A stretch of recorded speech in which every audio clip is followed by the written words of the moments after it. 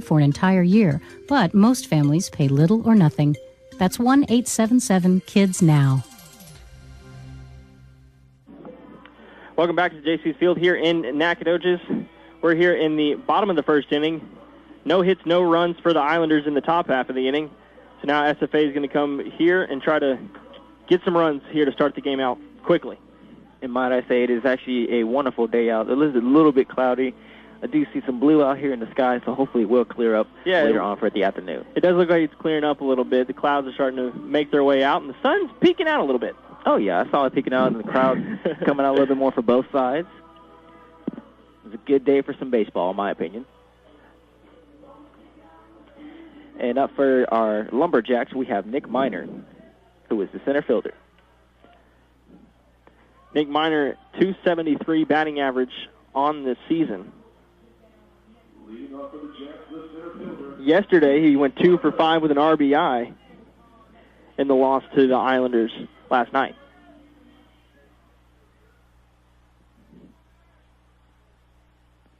Dustin LeCay's on the mound for the Islanders. LeCay's first pitch to Nick Miner is low for ball 1. LeCay's has 9 appearances and 9 starts so far this season as well. .496 ERA with the 2 wins and 3 losses. The 1-0 pitch is in there for strike 1 to Nick Miner.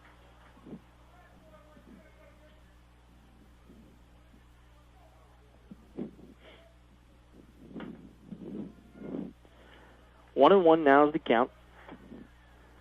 Pitch from LeCay's. This one's outside for ball 2.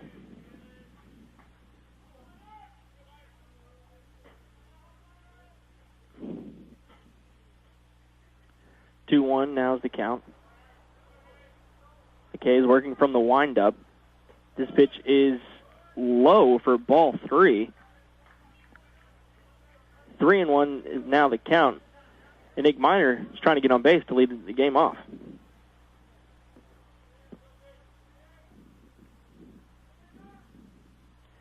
The 3-1 pitch is hit to the third baseman. He's going to fire it over to first base and record the out. That was Enrique Sanchez who made the nice play at third base. Next up to bat is our third baseman for the Lumberjacks, Jake Georgiades.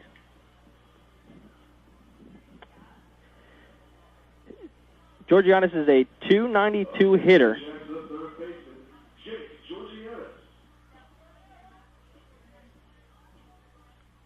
And he digs into the plate, right-handed hitter. McKay's first pitch. This one's hit right back up the middle, but the second baseman is over there, and he's going to record the out. Up to bat next for the Lumberjacks is Jared Martin, left fielder.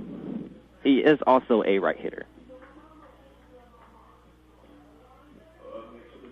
The left fielder, Jared Martin. Jared Martin, .311 hitter so far this season.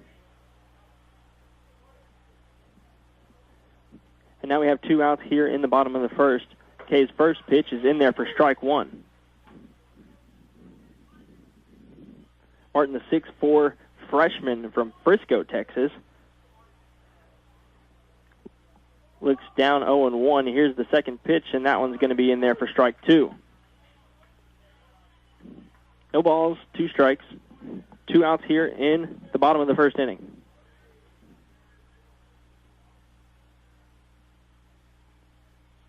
LeCay is looking strong so far in this bottom half of the inning. That one, he's going to check his swing, and they're going to say he didn't go. That's going to move the count to 1-2. Martin thought about it, but was able to hold the bat just enough. They made the call down to the first place umpire. The 1-2 pitch. In the dirt, that's going to be 2 balls, 2 strikes.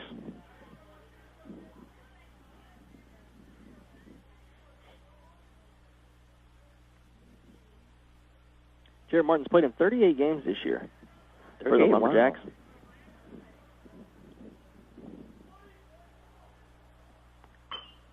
This one's going to be fouled off towards the Islanders' dugout.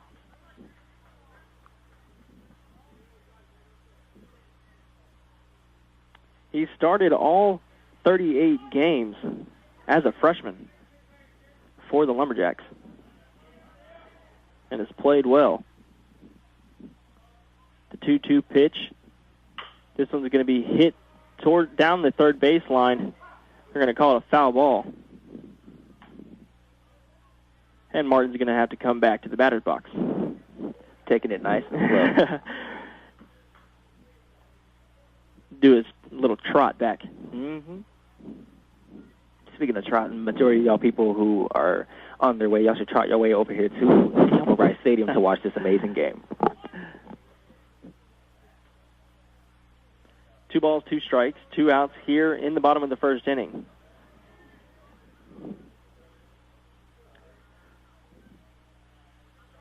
McKay's 2-2 pitch. This is swung on and missed, and that's going to be the final out of the inning. And we head to the top of the second inning, 0-0 for both teams, and we'll be right back after this break.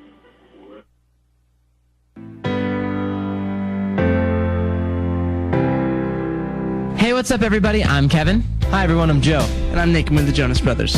As most of you know, I have diabetes. If you have diabetes too, you know it's something you have to deal with every day. Diabetes is serious, but you can learn to manage it just like I do. And guess what? You're not alone. Join a support group and talk to other people with diabetes. Involve your entire family and talk to your doctor about how you feel and what you need. We support Nick and help him manage his diabetes. You can get support too. Manage your diabetes now to prevent other health problems in the future. For more information, visit the National Diabetes Education Program at yourdiabetesinfo.org or call 1-888-693-NDEP. The National Diabetes Education Program, your source for free diabetes information. A message brought to you by the U.S. Department of Health and Human Services.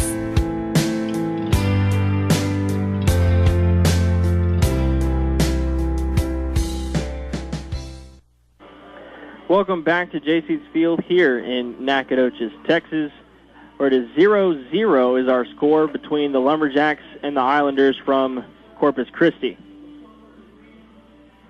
1, 2, 3 innings for both teams in that first inning. And we got coming up to bat for the Islanders, Itchy Burtz, who is also the center fieldman.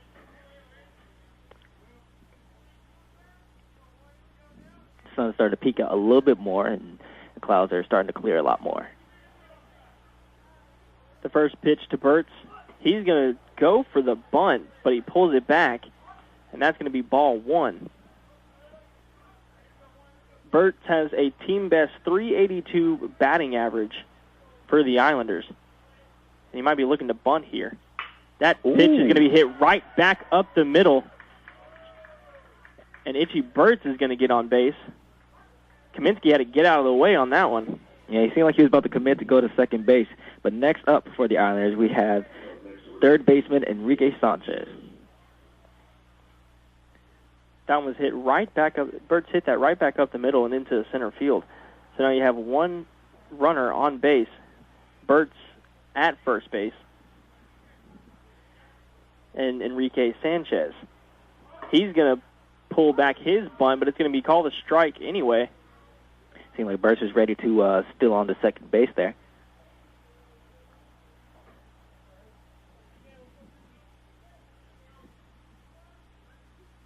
Enrique, a 319 hitter for the Islanders. The 0-1 pitch, he's going to bunt it right back to Kaminsky. Kaminsky's going to look down to second base, but isn't going to be able to make the throw, so he just fires it over to first base to record the first out.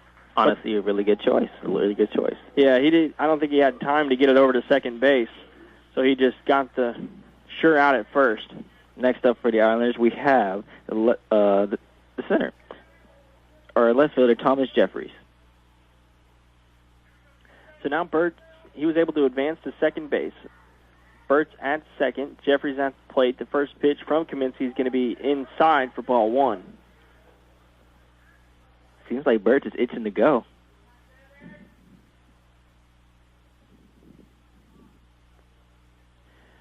Burtz has only attempted 6 stolen bases so far this year. Seems like he's trying to increase that limit.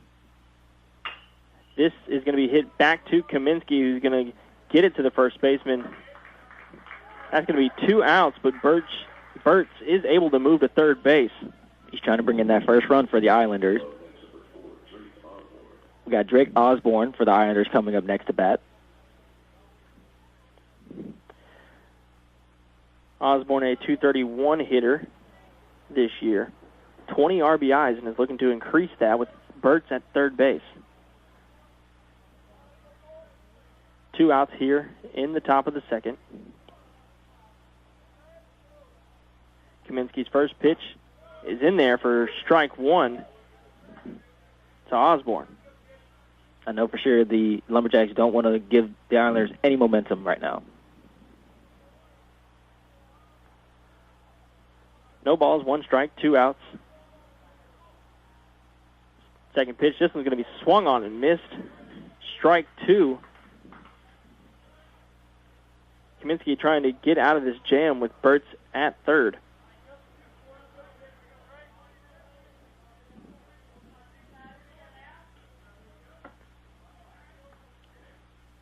The 0-2 pitch. This one swung on, hit back up the middle again, and that's going to be a base hit. Burt's comes in to score. Osborne with the RBI single, and now the Islanders lead 1-0. And now we have the shortstop for the Islanders, Steven Rivera.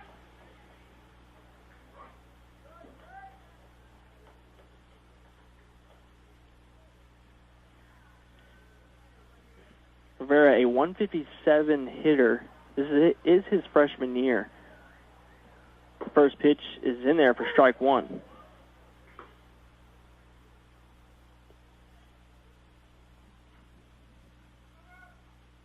Rivera's played in 24 games. Has only started in 14 of them. The 0-1 pitch, this one's hit into the left field. Jared Martin goes over, gets under it, and is going to retire to the side. We head to the bottom of the second inning. Our score is 1-0 Islanders, and we'll be right back after this break. I'm so glad we left that stupid party. No joke. Hey, baby, are you an overdue library book? Because you got fine written all over you. Ugh, barf. What about that girl with the hoop earrings? Ridiculous. When she was dancing... Megan, look out! Look out!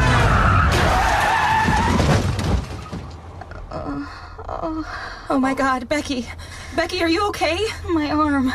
I think it's broken. Can you bend it? It's already bent in the wrong direction.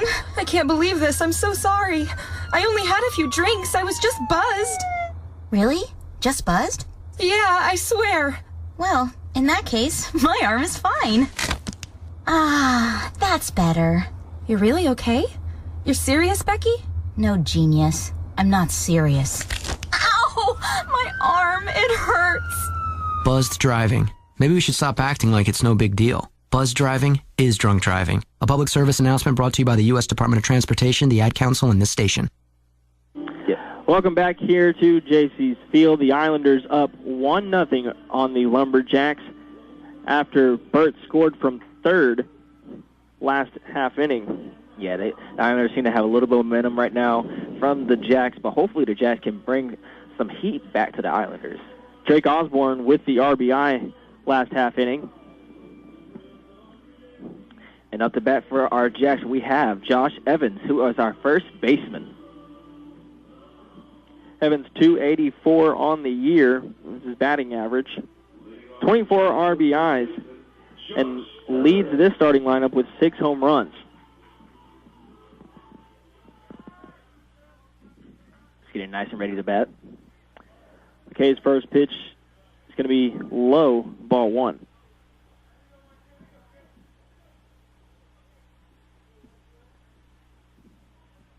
Evans has 25 runs this season. The 1-0 pitch, this one's hit into the gap in left center. This one's going back off the wall. Evans is going to round first and head to second, and he's going to have a stand-up double. That was a wonderful hit. And just like that, the Jacks are back in business. Up next for our Jacks, we have Skylar Black, who is the designated hitter for the Jacks. That ball almost went out to the outfield. It almost went over the fence, and it hit one of the signs out here off the wall, but standing double for Josh Evans. Yeah, not bad of a hit. Skylar Black, 273 hitter, looking to bring in Evans, who's at second. Pitcher's watching for second. LeKay's first pitch is going to be in there. Strike one.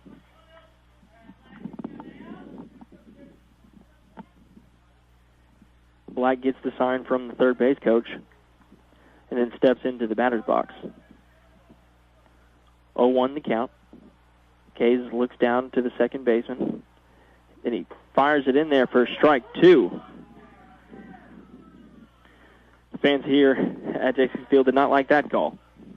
Yeah, they're really rooting for Black right now. 0-2 is now the count. Nobody out. Evans on second. Kay's 0-2 pitch.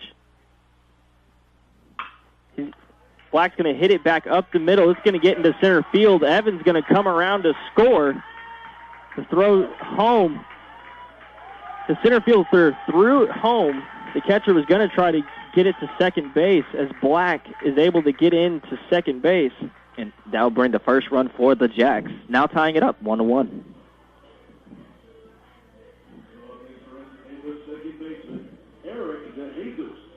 At the bat, we have Eric DeJesus, who was our second baseman for the Jacks. DeJesus, a .302 hitter this season, and now has Black at second base as Black was able to get to second. At first pitch, DeJesus is going to bunt, and he's going to be out. I think that they called a bunt steal there.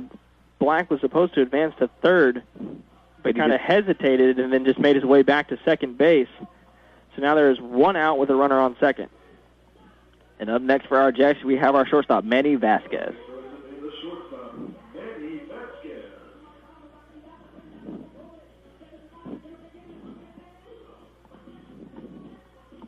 Vasquez has 18 RBIs on the year, and a great opportunity to add to that.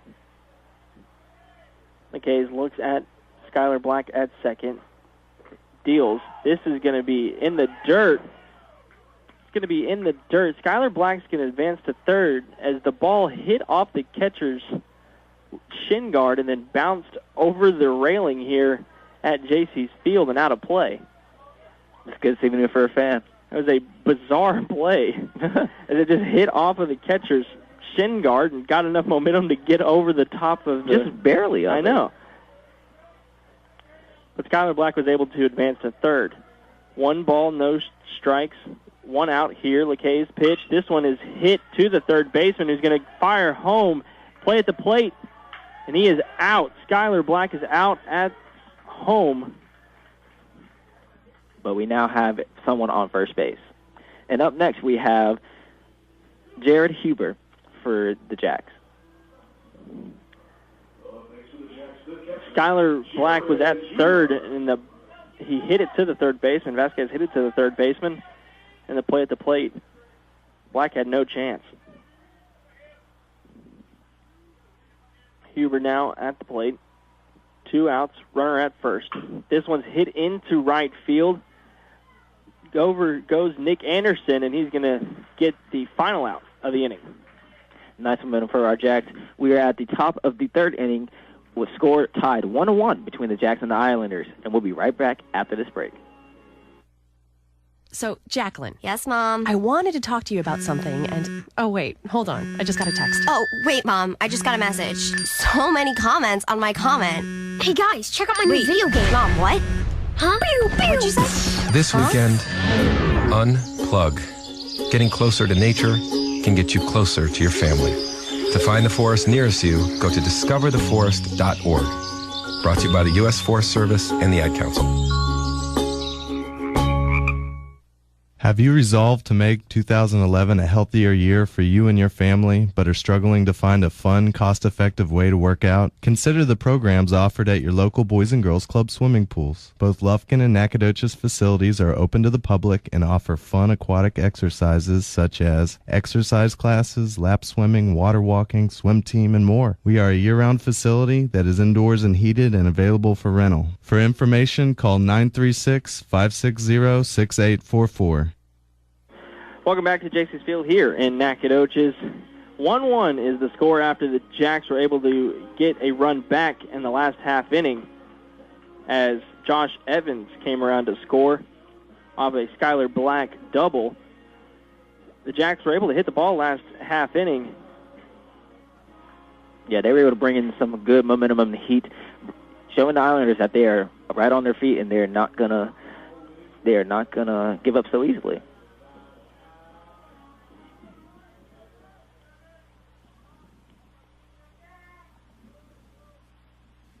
Up to bat, we have Andrew Martinez for the Islanders, who is the second baseman. Martinez is going to step out of the plate there and tap the bat on his shoes. Trying to warm up a little bit, it seems like. Yeah, get a practice swing in before he steps into the box. Taps the right side of the plate and is ready to go. Kaminsky still on the mound for the Jacks. That first pitch is in there for strike one to Martinez. That could have been a nice clean hit there, but he decided not to commit to it.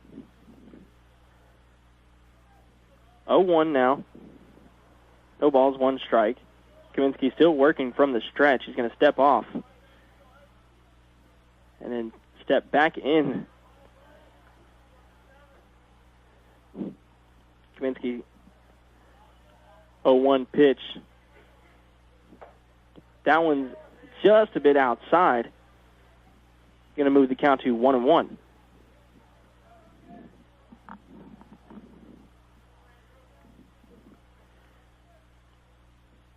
1-1 pitch from Kaminsky. This one is in there for strike two.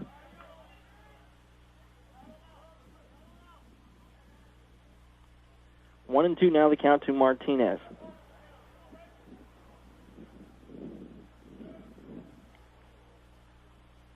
One-two pitch. He thought about it, but it was outside, so he decided not to swing. That moves the count to 2 balls, 2 strikes. I wonder if the sun got in his eye since it's starting to come out a little bit more. The sun is out now here at J.C.'s Field. The 2-2 pitch. This one is swung on and fouled off straight back. It sounded like he got up a little bit on his hands and tried to just fight it off. He tightened up his gloves, practicing the swing.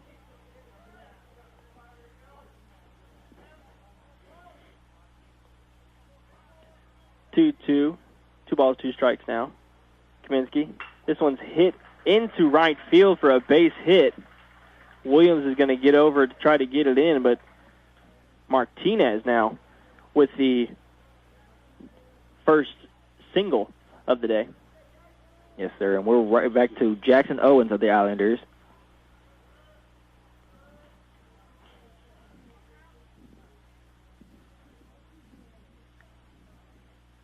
Nobody out here in the top of the third inning. Martinez now at first base. The first pitch to Owens is inside. Ball 1. Just barely tipping there.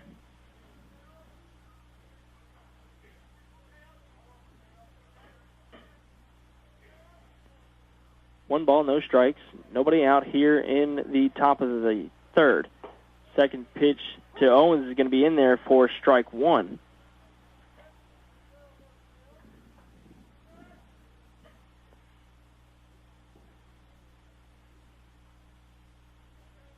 Martinez at first, getting a lead. Kaminsky fires to Owens, and it's going to be a strike. 1 ball, 2 strikes now for Jackson Owens. Kaminsky doing a nice job as pitching for the Jacks. 1 ball, 2 strikes. Here's the next pitch is going to be in the dirt. 2-2. Kaminsky's pretty fast in getting the ball back and starting his next pitch. Yes, sir, he is. So he's already ready to go. 2 balls, 2 strikes to Owens. Kaminsky pitches. This one's going to be hit to Jesus at second, and it's going to get over his glove, go out into center field. Islanders now have 2 people on bases, 1 on first and 1 on second. Speaking of the Islanders, next up we have Harrison DeNicola, first base. DeNicola now up to bat with the runner on first and second.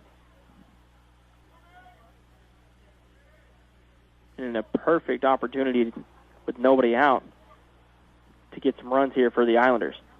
Yeah, you got 2 people on base. The best thing you can do is bring them on home. Kaminsky's first pitch is low for ball 1.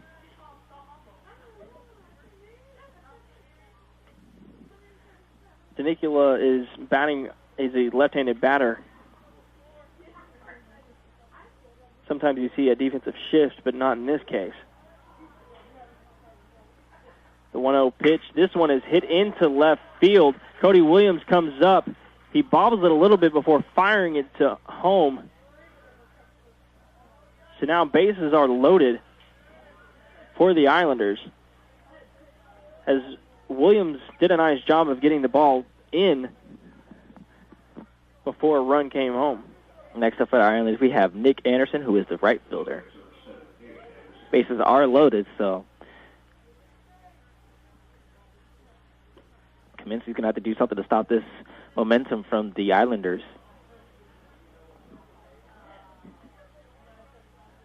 Anderson is a .254 batter heading into this game.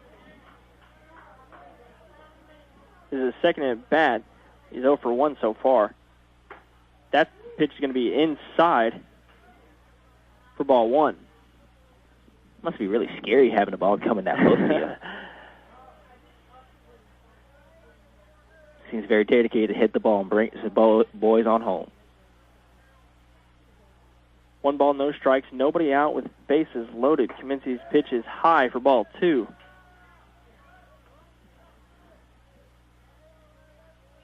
The Jacks now have the corners in. The first baseman and the third baseman are in, hoping to get a play at the plate. 2 balls, no strikes. This one's going to be outside for ball 3. Seems like Kaminsky's trying to fish him to swing there, get a strike.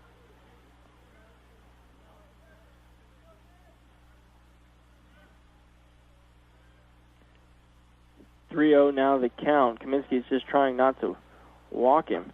And he does. So a runner comes home off of a Kaminsky walk. The bases are still loaded, but the Islanders have taken a 2-1 lead. Up next for the Islanders, we have the center fielder, Itchy Burtz, who is a left hitter. Huber going to talk to Kaminsky at the mound, giving a little motivation, saying he's got this.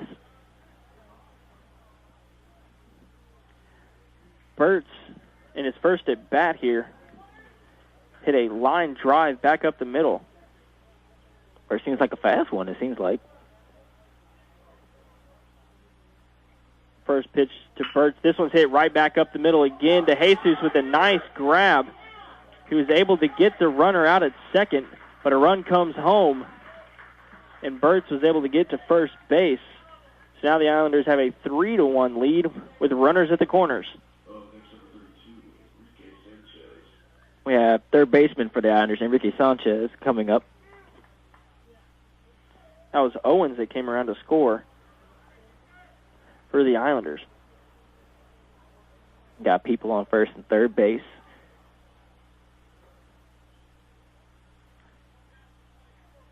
Enrique Sanchez 0 for 2 so far.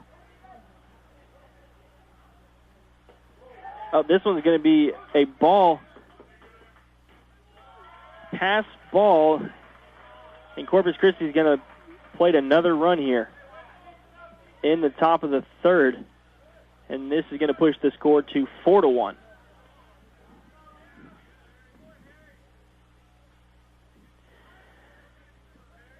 This top half of the inning has not been nice to the Jacks. 3 runs already across. Runner at second now. Sanjay still at the base, ready to bat. The 1-0 pitch. High for ball 2.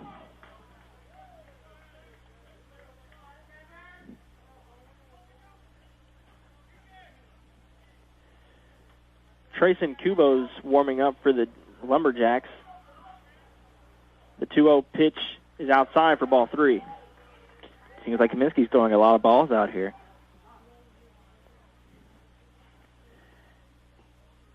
And we're going to have a mound visit here. As the pitching coach is going to go talk to Kaminsky, try to settle him down and try to retire the side. Kubo is down the left field line warming up in the Jacks bullpen area.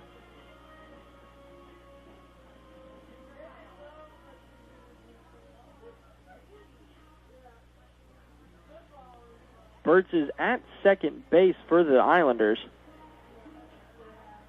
with Sanchez facing a 3-0. So Sanchez probably is not going to be swinging at anything unless it's right down the middle.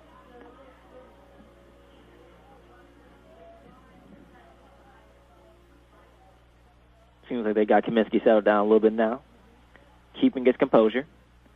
Sanchez steps back into the box, and he awaits the 3-0 pitch. 3-0, this one is high for ball 4, and Sanchez is going to take his base. But next for the Islanders, we have Thomas Jeffries, who is the left fielder for the Islanders. That makes runners at first and second now for the Islanders. Jeffries 0 for 1 today so far. No balls, no strikes, 1 out. The first pitch to Jeffries is inside for ball 1. SFA fans are rooting Kaminsky on. Kaminsky's had 20 walks this season, but has added 2 to that already today. The 1-0 pitch. As the catcher throws down, Huber throws down, but it goes over the shortstop's head that was covering, but Nick Miner was able to corral it before the runner advanced. The pitch was a ball, so now it is 2-0. 2 balls, no strikes. 1 out here in the top of the 3rd inning, where the Islanders have already got 3 runs.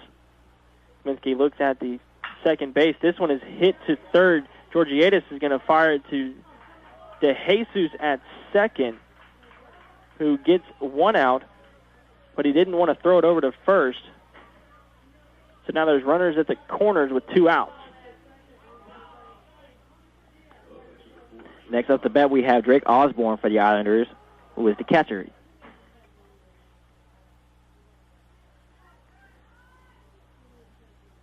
Burtz at third, with Jeffries at first for Texas A&M Corpus Christi. He's tightening up his gloves, marking his mark on the mound. The first pitch to Osborne is inside, and that got him. So he's going to take his base. Bases are now loaded for the Islanders. And now head coach Johnny Cardenas is going to come out, and I think that's going to be it for Kaminsky today.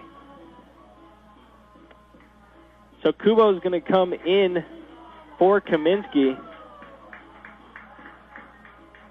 For Kaminsky, 5 hits, 4 earned runs, and 2.2 innings, 2 2/3.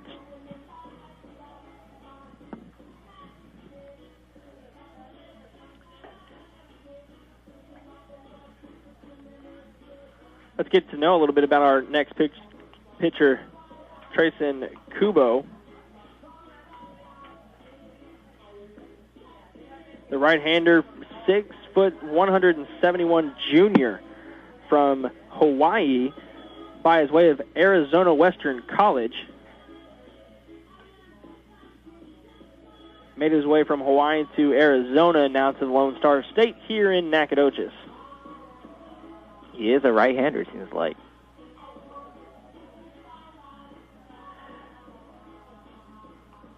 Warming up his hands a little bit by doing a little target practice to the umpire. So this half inning, the Islanders have already had 3 runs come across. And they lead now 4-1 here in the top of the third.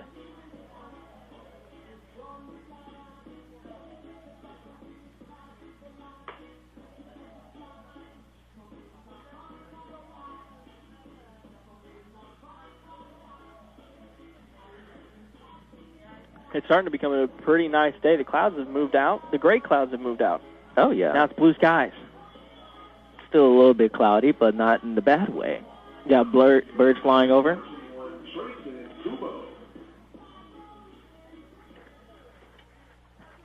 And for the Islanders, we have Steven Rivera, who is the shortstop for the Islanders.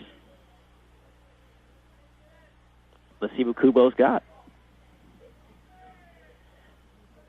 Rivera now has the bases loaded. Kubo's coming in here with a bases loaded jam. The first pitch low for ball 1.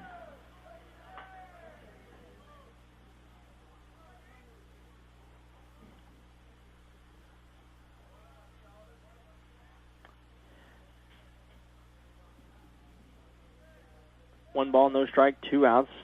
This pitch is going to be also low, 2-0.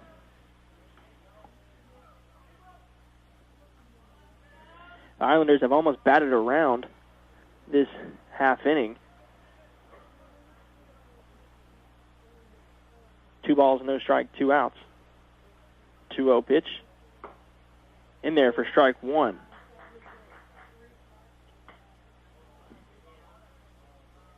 The amount of pressure that must be on Kubo right now, knowing that bases are loaded for the Islanders. 2 balls, 1 strike, 2 outs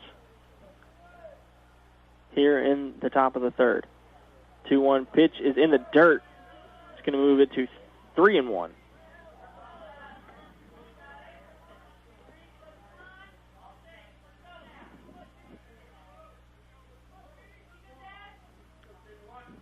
So now it's 3 balls with 1 strike. Kubo's trying to get anything going. The 3-1 pitch. This one is hit up the middle to Jesus. Slides over from second base, records the out at second, and that's going to be it for the Islanders in the top half of the third. That's right. Right now we head to the bottom of the third inning with the score 4-1, Islanders leading, and we'll be right back after this break. What should you do when your child gets a nosebleed? Hi, I'm Dr. John Hellerstedt with a Children's Health Minute, connecting families with children's Medicaid and CHIP. Nosebleeds can be scary for parents and children alike, but they are rarely dangerous. Be sure to stay calm during a nosebleed. Have your child sit quietly while you pinch the soft portions of both nostrils together with a tissue or washcloth. Apply pressure for 10 minutes without releasing. If the bleeding continues, apply pressure for an additional 10 minutes. If you cannot make the bleeding stop, or if the nosebleed was the result of a blow to the head, see a doctor without delay. Keep your kids healthy. Call toll-free 1-877-KIDS now to apply, or when it's time to renew your CHIP or Children's Medicaid. Coverage costs just $50 or less for all your children, but most families pay little or nothing. That's 1-877-KIDS now. We're back here at J.C. Field in Nacogdoches as the Islanders from Texas A&M Corpus Christi lead 4-1 after a 3-run top of the third.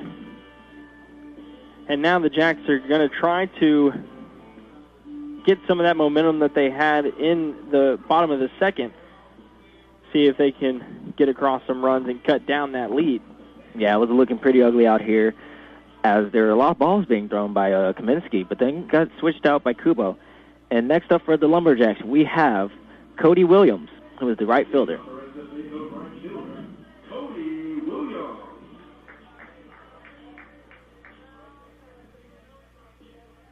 Williams is a 208 hitter on the year. The first pitch to Williams is in there for strike one.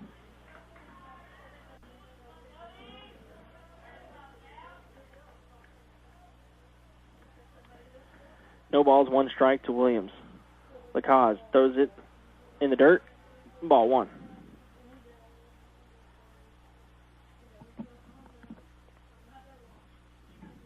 One ball, one strike. Because from the windup, Williams swung but missed. That's going to move the count to 1-2. Pretty big swing there from Williams, but was unable to make contact. Some shades being pulled over to cool off our players here. 1-2 pitch is going to be called ball two. The Islanders center fielder is a little bit over to his left. He's not dead center anymore. As now there's a pretty big gap in right center. Next pitch to Williams is going to be inside for ball three. That moves the count to 3-2. Right over the second baseman's head, there's a pretty big gap. The 3-2 pitch.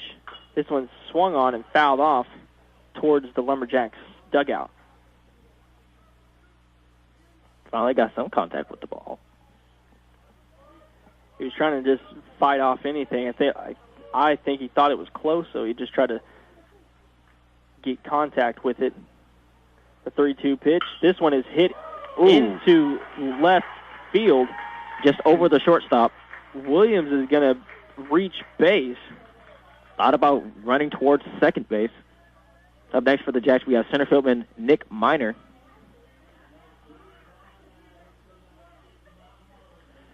Miner 0 for 1 so far as he led the game off. But now with a runner on for Cody Williams at first.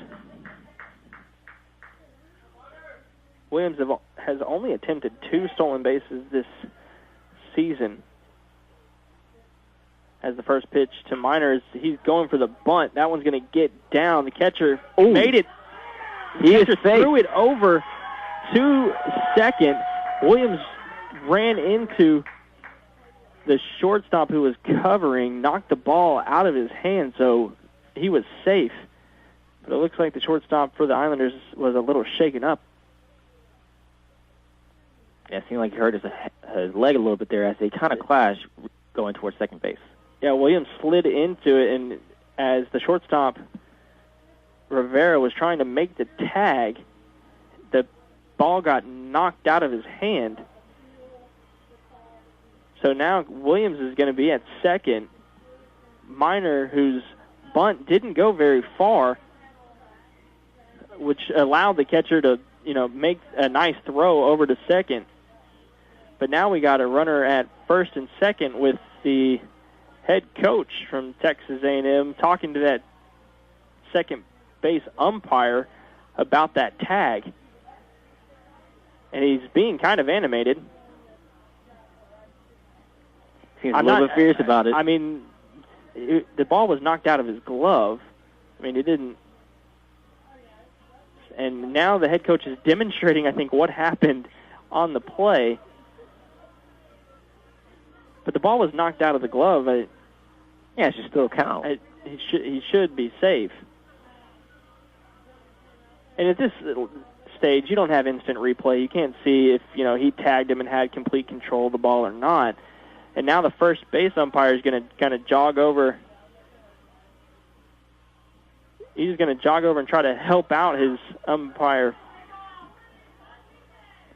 Seems like things are finally settled. And now the head coach is going to walk back to his dugout as he's pleading his case to the first base umpire now.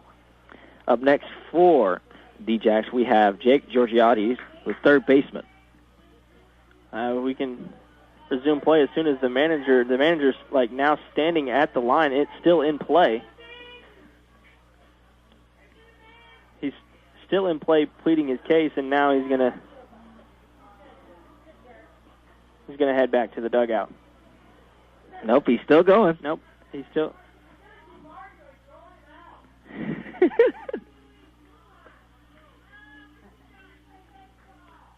Now, here we go. Now he's headed back. I think he blew up all the steam he possibly could there. Fans were... So now we have runner at first and second. Georgiadis at the plate. McKay's looks down, working from the stretch, looks over at second. First pitch, Georgiadis had the bunt. Signed, but he missed it. So that's going to be strike one.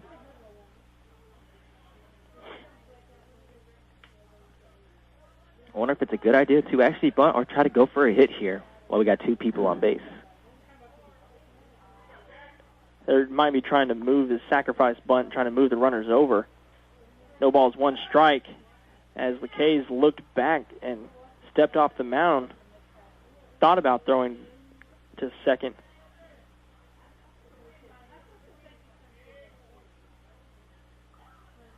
The 0-1 pitch from LeCays. Watch the second base closely.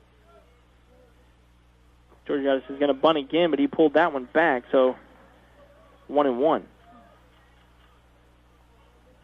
We'll see what happens here, because with Georgiadis putting the bunt out there, he's making the third baseman and the first baseman come in a little bit. We're going to see if he can make contact with it to get a sacrifice bunt, or if now at 1-1 they're going to let him swing. 1 ball, 1 strike, runner at first and second. Pitch outside for ball 2.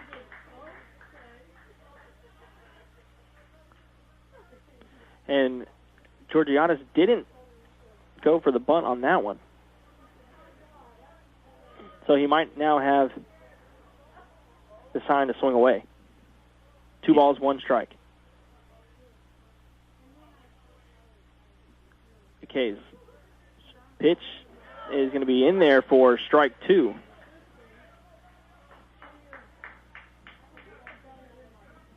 Now he has 2 options. He can either walk or he can either go for that swing and try to move his man forward. 2-2's now the count. Nobody out with the runner on first and second.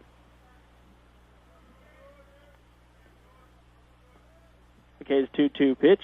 This one is foul. It's actually hit straight up into the air. Third baseman Enrique Sanchez called off the shortstop and was able to corral it for the first out of the inning. Next up for our Jacks is our left fieldman, Jared Martin. And it seems like the crowd is getting a little bit more rowdy out here. They are getting a little bit more invested in it so far.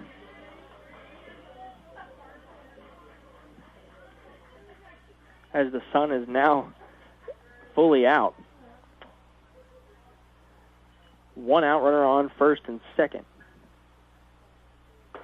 That's going to be in there for strike 1 to Martin. Decided not to commit to the swing at all.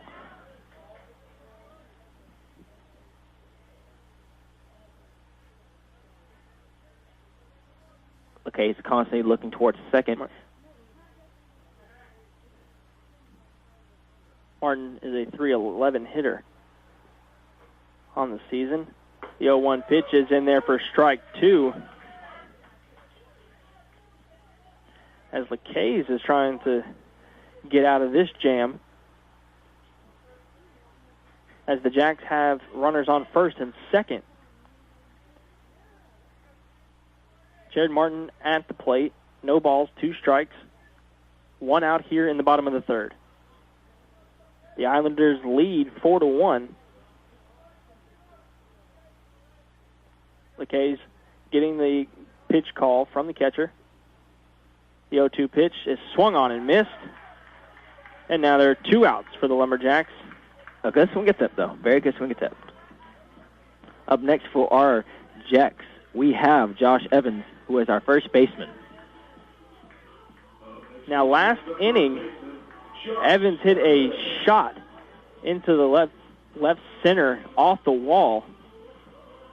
So he had a double at his last at bat. Let's see if he can work his magic again and bring both of our runners for the Jacks on home.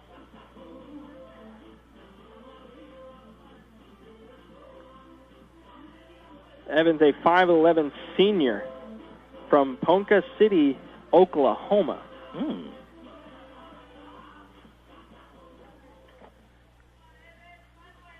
Had a great season last year. Has played well this season as well. Crowd cheering on Evans.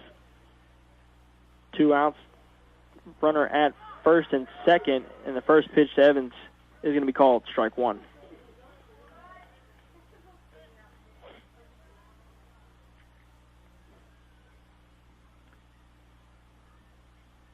McKays, who had nobody out with runner at first and second, has now been able to record the last 2 outs. And that pitch is high for ball one. He was thinking about committing, but he saw how far out it was going to be. McKays has done well this half inning of getting 2 runners out because it looked dangerous to start it out with nobody out. This pitch is fouled off. It's just the tip of the bat.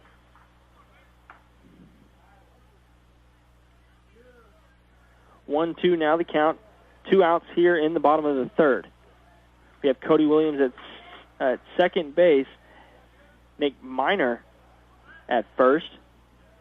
The defense has shifted over a little bit towards the first base as Evans being a left-handed hitter. They tend to pull it towards the right field line. 1-2 pitch. This one's hit into center field. It's going to get down. Cody Martin coming around third. He's going to get in there, and the Jacks cut the lead to 4-2. Very nice swing. Went just over the pitcher's head and straight down to center field. Evans is now 2 for 2 with a double and a single. And up next for the Jacks, we have Skylar Black, who's a designated hitter. Now, Black has one of the 2 RBIs on the day. Last inning, he was able to bring in Evans. The crowd is cheering on Black. Now runners at first and second still with Black at the plate. The first pitch in there for strike one. Nick Miner advanced to second. Josh Evans at first. And Skylar Black up to bat. No balls, 1 strike, 2 outs here in the bottom of the third. Pitch, this one is swung on and fouled off. Move the count to 0-2.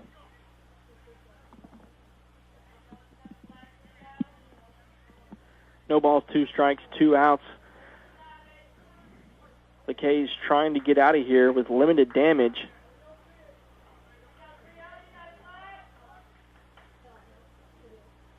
The K's takes a look at second base. The 0-2 pitch. This one swung on and hit towards the third baseman, who's just going to go over to the bag at third and record the final out of the inning. But the Jacks get 1. Yeah, that's right. The Jacks get 1 point, but doesn't put them quite in the lead. We head to the top of the 4th inning. Score is 4-2. The Islanders have a lead of 2 points, and we'll be right back after this break. Your East Texas alternative is KSAU, Nacogdoches Lufkin. I'm home, and I love it. I'm home, where I belong. These days, many Americans are at risk of foreclosure and losing their homes. Making Home Affordable from the U.S. government has already helped many struggling homeowners. Go to makinghomeaffordable.gov or call 1-888-995-HOPE. The sooner you act, the better chance we can help you. I'm home. Brought to you by the U.S. Treasury, HUD, and the Ad Council. Confessions of a Potentially Perfect Parent, brought to you by AdoptUsKids.org. I don't know how to talk like a parent. Don't make me come back there. You see what I mean? It's pretty awful. Try it again. Don't make me come back there. Now that's pretty good. That one kind of sounded like my dad. Weird. You don't have to be perfect to be a perfect parent. There are thousands of teens in foster care who would love to put up with you. Call 1-888-200-4005 or visit adoptuskids.org for more information. A message from the U.S. Department of Health and Human Services, Adopt Us Kids, and the Ad Council. You're listening to Lumberjack Baseball here on KSAU 90.1 FM, where the Texas A&M Corpus Christi Islanders lead the Lumberjacks 4-2 here in the top of the fourth inning. The Lumberjacks were able to get one run across last half inning. Up to bat for the Islanders is second baseman Andrew Martinez. Martinez had a run this last inning in the third. The first pitch, this one is hit straight to the shortstop Vasquez, and he was able to catch it off the line drive, so that's one out. One pitch, one out. Strong start there from Trayson Kubo, who's still on the mound. Very good start. Up next for the Islanders is Jackson Owens, the designated hitter for the Islanders. First pitch, this one is hit in down. That's going to be in foul territory. Cody Williams, the right fielder, was not able to get over to it. It's going to be 0-1.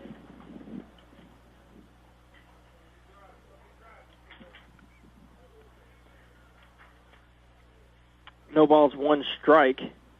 Now to Owens. That pitch is inside for ball one.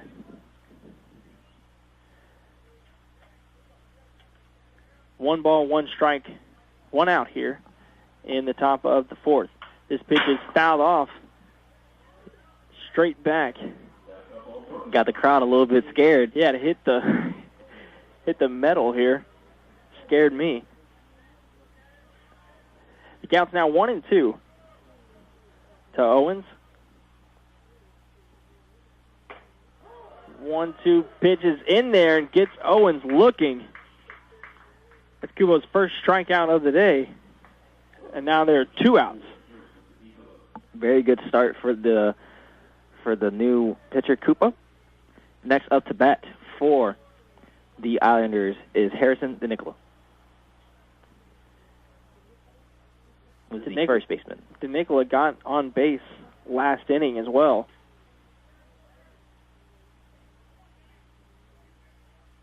First pitch from Kubo, the off speed. Looks like he lost the handling of it as it was a little high. Ball one.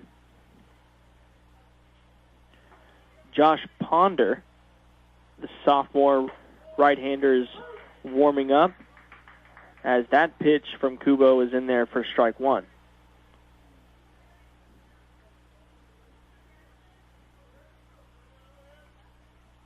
The 1-1 pitch. This one is hit into center field. Over goes Nick Miner, who gets it and retires aside. 1, 2, 3. Go the Islanders. Just like that, we go out to the third out, and we head to the bottom of the fourth inning. Score is still 4-2. Islanders leading up with 2 points. And we'll be right back after this break. Self-esteem is just as important to a child's development as their physical health. Hi, I'm Dr. John Hellerstedt with the Children's Health Minute, connecting families with children's Medicaid and CHIP. As a parent, no one has a bigger impact on your child's self-esteem than you. Praise your children for their successes and their efforts. If they don't make the team, let them know how proud you are of their hard work. Letting them know how special you think they are will boost their self-esteem. And be a good example. Your child will notice if you're too hard on yourself or pessimistic.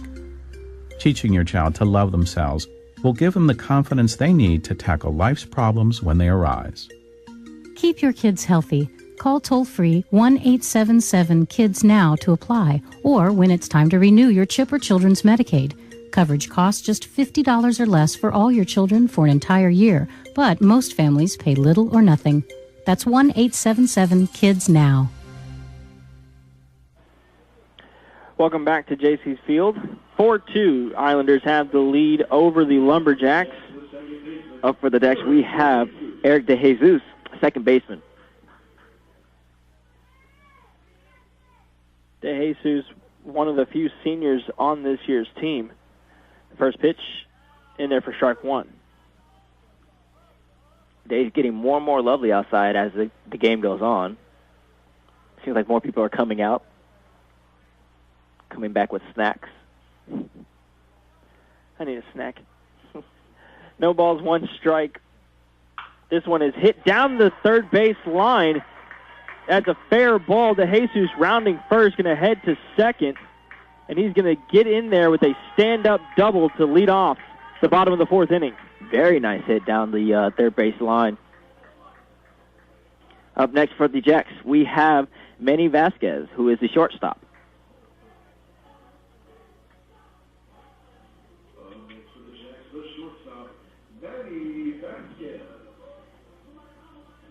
Vasquez has played in all 38 games. He's only started in 35 of them, but has played in all 38.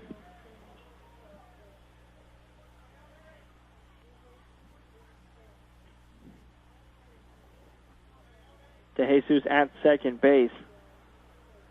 Lacaze looks over towards the second base before he throws a strike to Vasquez. Vasquez was about to commit to it, but decided to pull right on back. Now the Jacks have Cody Adams warming up in the bullpen. No balls, one strike to Vasquez. This one, little low. I think could have been called either way, but it's going to be ball one.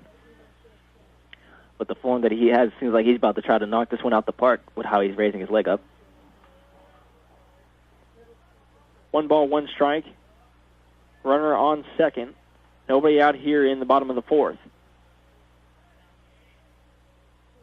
One pitch is hit to the shortstop. He's going to throw it over to third base, and he got him. As DeJesus was trying to get to third. Vasquez was able to get to first, though. Yeah, the ball was hit to shortstop. Up next for the Jacks, we have Jared Huber, who is the catcher. The ball was hit to the shortstop, and he threw it over to third base as DeJesus was trying to get to third from second, but he was out. Meanwhile, Vasquez did get to first base, so now there's a runner at first with 1 out, with Huber up.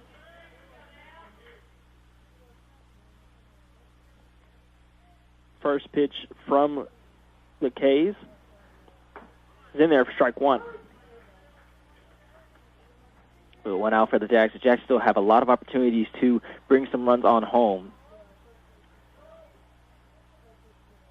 Score is 4-2 in favor of the visiting Islanders. The 0-1 pitch. Little inside and high for ball one. Jacks is getting ready to run.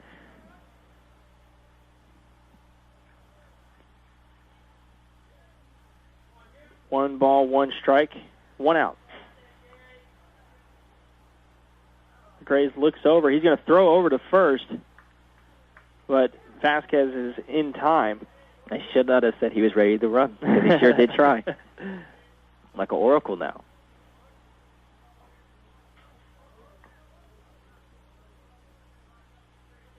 One pitch to Huber. This one is swung on and fouled off behind the plate and out of play. That one seemed to go a little bit far out.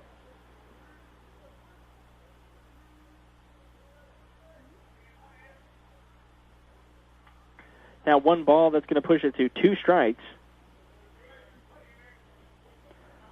1 out here in the bottom of the fourth.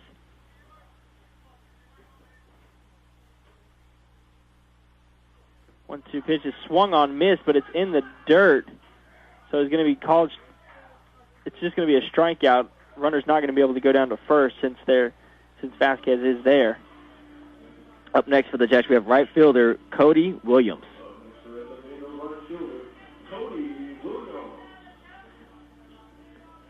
Williams did get across last inning, getting a sign from the third base coach before he steps into the box. So Vasquez on first base.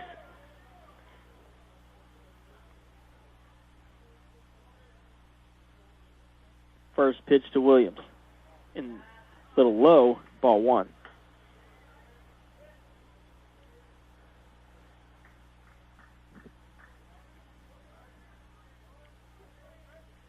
One ball, no strikes, 2 outs. 4-2 is the score with the Islanders leading. Second pitch is outside. That's going to be ball 2.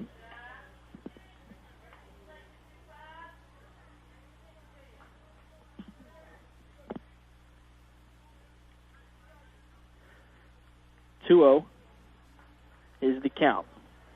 The K's looks over at Vasquez at first base. From the stretch, that pitch is in the dirt. Ball 3. The catcher was ready to throw it toward first base as it hit the dirt.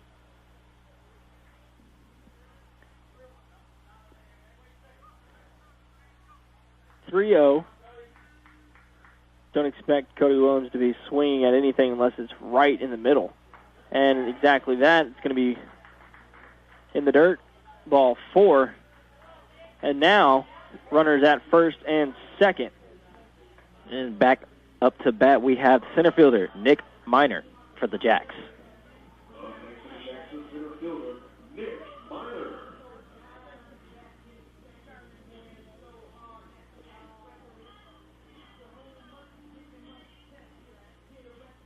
Miner had the bunt last inning.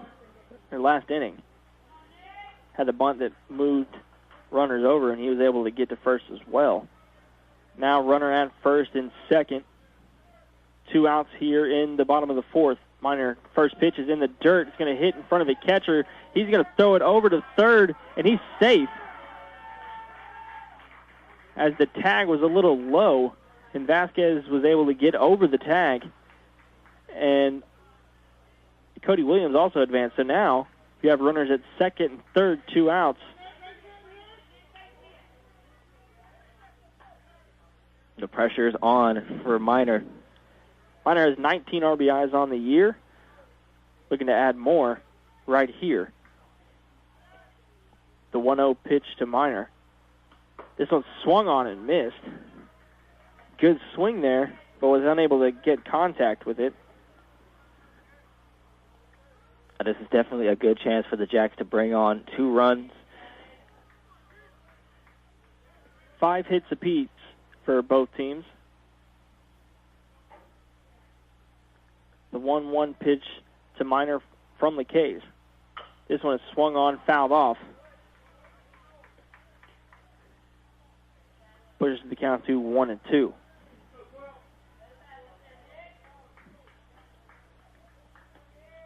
Both sides of the island are rooting their teams on as it gets closer and closer toward the ending of the inning. 1 ball, 2 strikes. 2 outs. Runner at second and third for the Lumberjacks. Nick Miner, the 1-2 pitch. This one is hit into left field, and the left fielder, Thomas Jeffries, makes a nice diving catch to end the inning. Jacks had a good chance to bring it in, but the left fielder catcher for the Islanders decided to step up to play. We head to the top of the 5th with the Islanders still in the lead, 4-2, and we'll be back after this break. Walking to dinner is great. With the new sidewalks, it's easier not to drive. That's a choice more people can make these days as more communities become sustaining places where shopping, restaurants, recreation, and public transportation are close to where people live. We want you to know that sustaining places don't just happen. They take planning. I think I'll catch the bus to work today. There's a lot each one of us can do. Learn more at planning.org. A message from the American Planning Association and this station. When I grow up, I'll be a chef.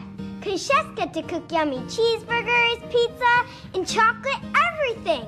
If your child is sick over and over again, it could be PI, a defect in the immune system that affects millions. Early detection can give children a chance to dream. Jeffrey Modell Foundation. 25 years of helping children reach for their dreams. Visit us at info4pi.org or call 1-866-INFO4PI. Welcome back to JC Field here in Nacogdoches with the score 4-2. The Islanders from Corpus Christi leading the Lumberjacks. Trayson Kubo still on the mound, but we have Cody Adams warming up for the Lumberjacks. Up to bat for the Islanders, we have Nick Anderson, who is the right fielder. Islanders made a good play with a dive catch, stopping any momentum the Jacks had to bringing in 2 runs in the last inning. Anderson's 0 for 2 so far today. First pitch, high, ball 1.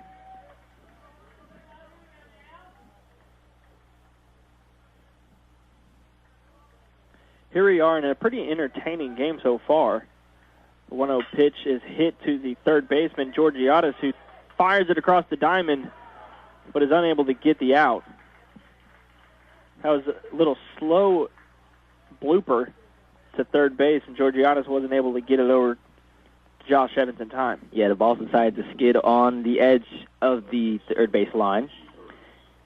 And next up for the Islanders, we have the center fielderman, Itchy Burtz. Burtz 2 for 2 so far today. Seems to be doing an amazing job today. Runner at first. The first pitch to Burtz. He starts to bunt but pulls it back. And that's going to be called ball 1. But there's one thing I want to see today. I definitely want to see at least 1 home run, whether it be from any side. 1 ball, no strikes. Kubo. Pitch is outside, ball 2.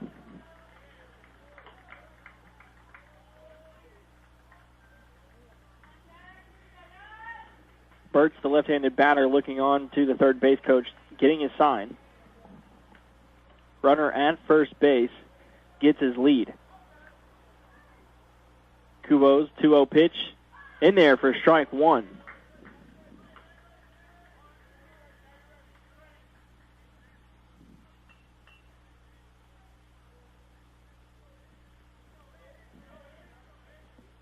Top of the 5th, 4-2. Islanders with the lead. The 2-1 pitch from Kubo to Burtz. In there, strike 2. Called on the outside corner.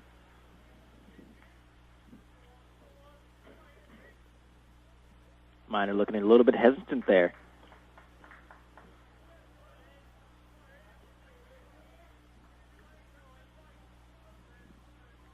Two balls, 2 strikes. Nobody out, runner at first. Kubo from the stretch. Throws it, runner's going. Huber throws down, but not in time.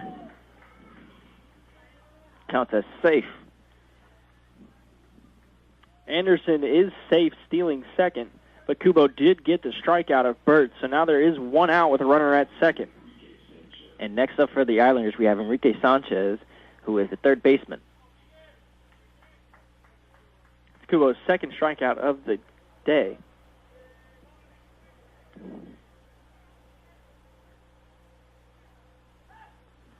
Kubo steps off the mound, going to adjust his hat.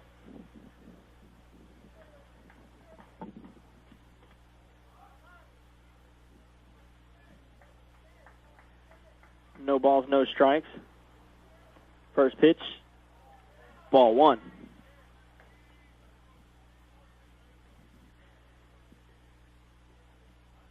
Enrique Sanchez reached base in the 3rd inning.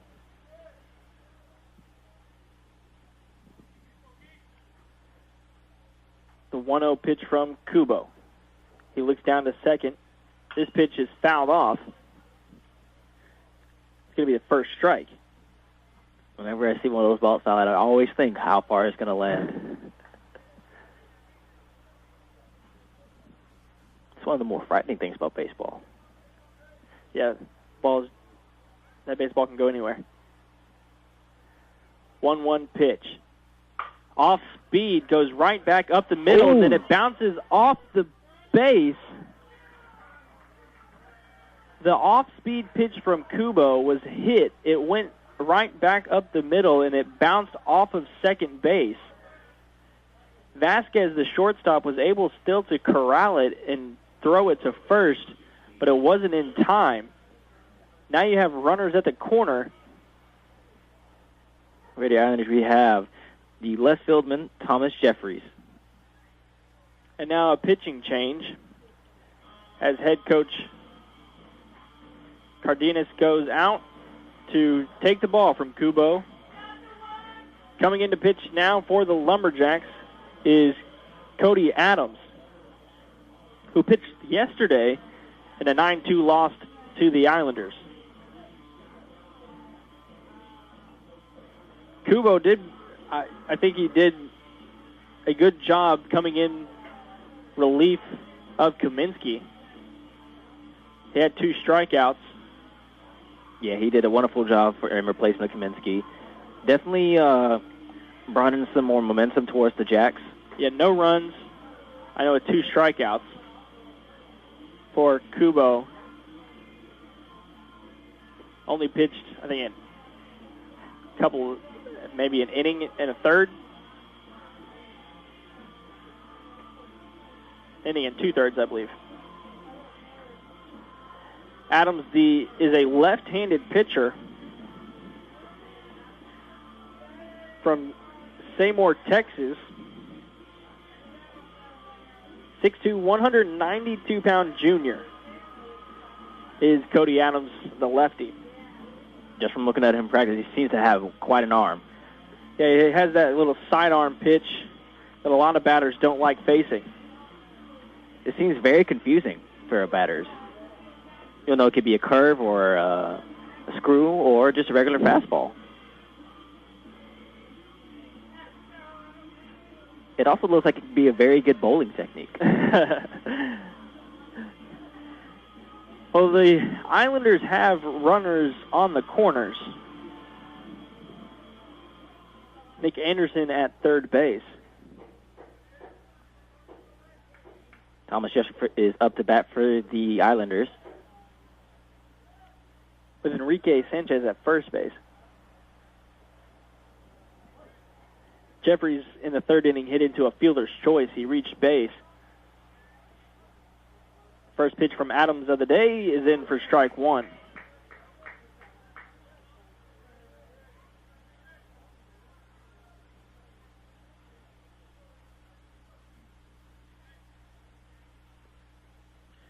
Jeffries has played in 38 games, and he was the one that made the nice play out in left field as the second pitch is outside for ball 1. Jeffries made a diving catch in left field last half inning to end the Jacks' run. This is going to be hit to the second baseman, who bobbles it and cannot get the out. The Islanders get a run across. It's going to stretch the lead to 5-2. Next up for the Islanders, we have Drake Osborne, who is the catcher. That should go down as a De Jesus error at second as he bobbled the ball. Now runners at first and second with 1 out.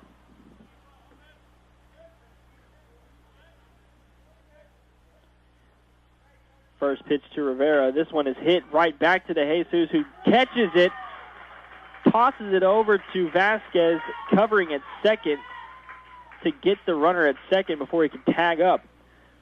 Very nice double play. Going to the bottom of the 5th inning, the Islanders now lead 5-2 over the Jacks. And we'll be right back after this break. The best fire safety is fire prevention. Hi, I'm Dr. John Hellerstedt with a Children's Health Minute, connecting families with children's Medicaid and CHIP. Here are some basic precautions. Replace any appliances or extension cords that have exposed wires. Make sure children don't use electrical appliances without supervision. And always keep matches, lighters, and candles out of a child's reach.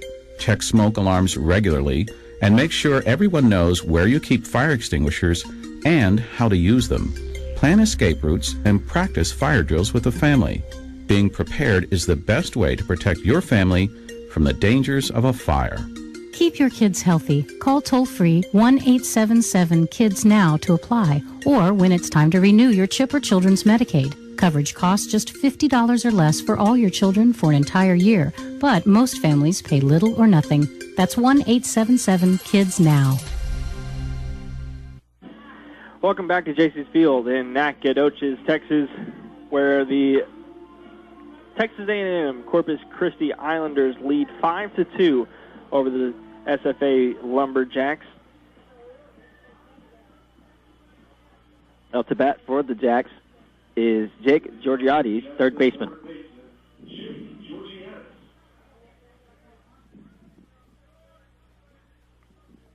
Dustin LeCays is still in to pitch for the Islanders. His first pitch is called a ball 1. Yeah, LeCays has been pitching wonderfully for the Islanders today. Defense is a shift over towards its right. Our left. This one's hit into left field. Back goes Jeffrey. This gets to the warning track and bounces off the wall. Jake's going to have a stand-up double. The third stand-up double for the Lumberjacks today. It's a very nice job to secure second base. Up next for the Jacks, we have Jared Martin, who is our left fielder.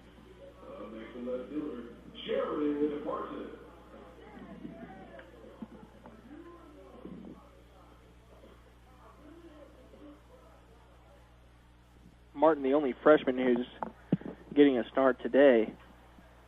Let's see if he can bring around that runner at second. First pitch from the Cays is in there for strike 1. Martin over 2 so far in this one. The sun is out and the clouds are out, making the day even more beautiful than it was before the game started. The 0-1 pitch. This one is fouled off, and it hits the foot of Martin. He's shaking up a little bit. Got to walk it off. That's what my mom always told me to do. Yeah, with a ball coming at you that fast, you definitely have to walk that off. And just tip off the bat and hit his foot. It's one of the more painful injuries baseball players deal with, quite often actually.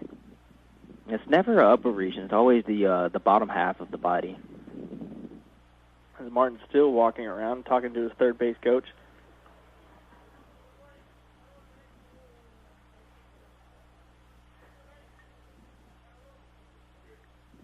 Now it's 0-2.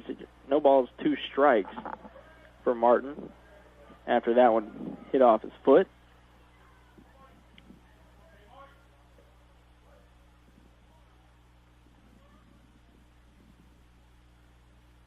The 0-2. McKay looks down to second. The 0-2 pitch. This one is swung on and missed. Very nice swing at it, but just wasn't able to connect with the ball. That's going to be the first out of the inning. Next up for the Jacks, we have first baseman Josh Evans.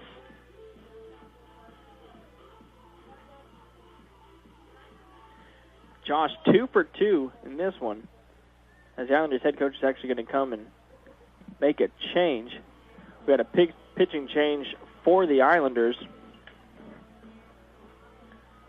We'll figure out who that pitcher is.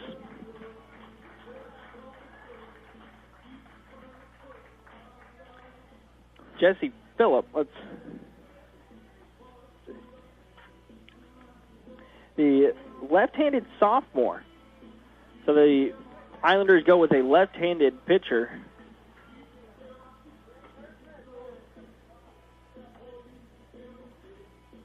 With a runner on second.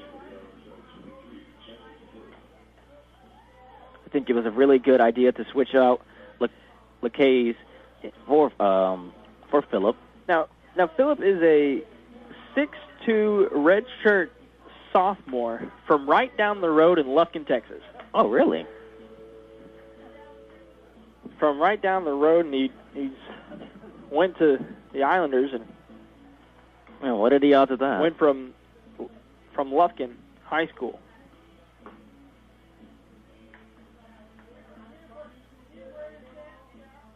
So Phillip comes in now in the bottom of the 5th with 1 out and a runner at second. McKay's is going to finish his day with 4 and a third. 2 runs, 6 hits allowed. Seems like Phillip's got some mad heat coming from his hands. Back up the bat, we have Josh Evans for the Lumberjacks. He is the first baseman. And that's probably why the Islanders made the switch to Phillip, because Evans is 2 for 2 so far on the K's and had that shot into left field in his first at bat. Yeah, he has done a good job bringing in the momentum for the Jacks today.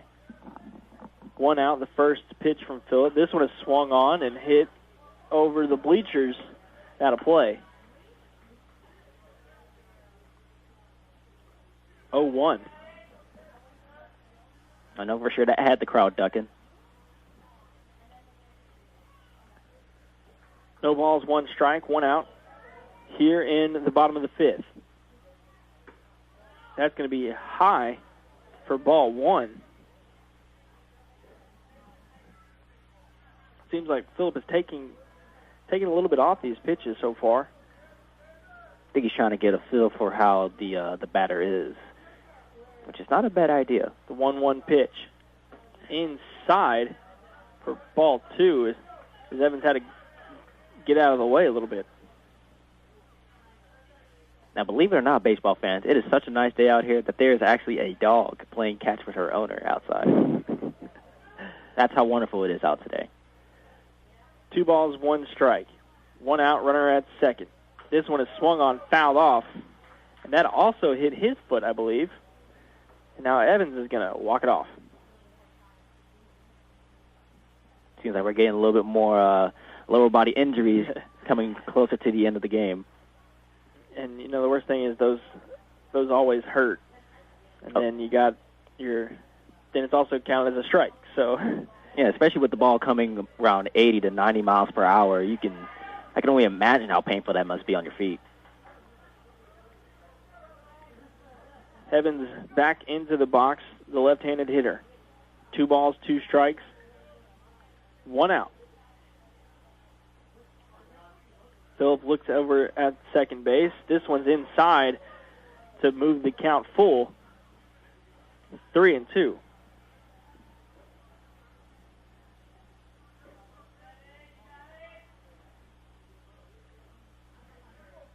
Georgianis at second. Phillips 3-2 pitch is outside, ball 4. Evans is going to take his base.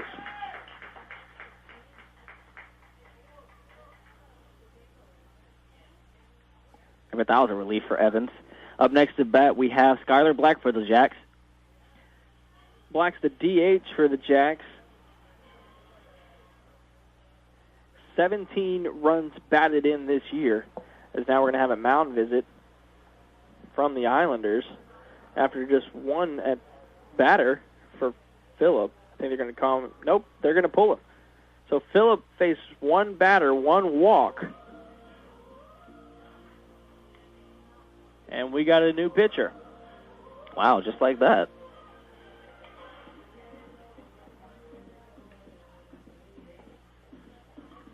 Phillip wasn't doing too bad as his first time pitching in this game. Cole Carter comes in for the Islanders, the senior right-handed pitcher from Allen, Texas.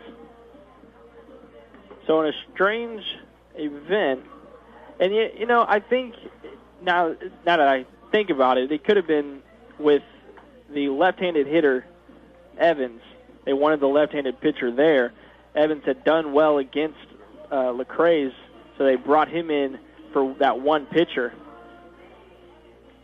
Yeah, it does seem like more of a strategic change. It was definitely a strategic, but then, they're hoping to get the out with Josh Evans, but instead they had him walk on the first base. They walked him, so they go ahead and go back to the right-hander.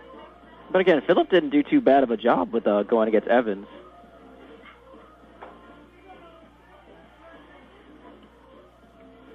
So now this is the second pitcher in as many batters. And Skylar Black is still at the plate.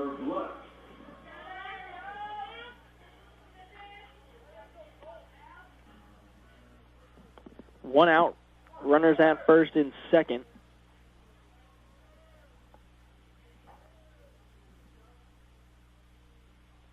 The first pitch from Carter is in there, strike one. That pitch seemed to have a lot of speed going with it.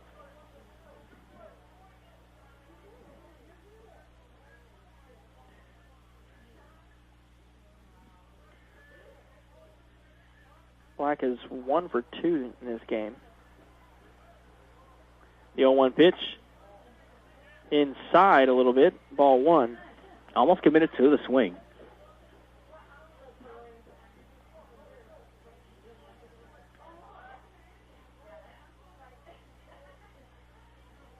One ball, one strike, one out. Here in the bottom of the fifth inning. Carter's pitch in there, strike two.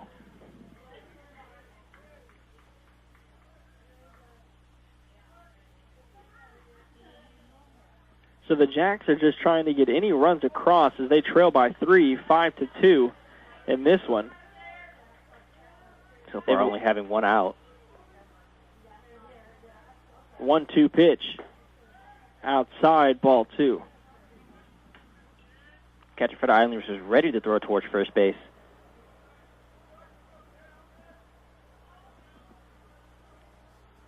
Two balls, two strikes. One out. Runners at first and second.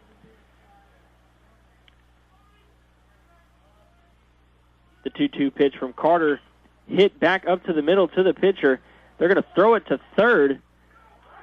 They're going to throw it to third and get Georgiadis at third for the force out. Tried to get the double play at first, but was unsuccessful. So now it's 2 outs. Runners still at first and second, just different runners. For the Jacks, we have Eric Jesus, second baseman. And I believe you know, as that runner was running towards first base, one of the Islanders actually jumped out from the area hoping that he was out. Then hopped on right back over in disappointment.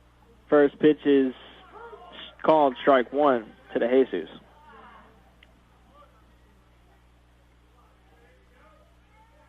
Skylar Black at first, Evans at second. Pitch low, ball one. That moves the count to 1-1.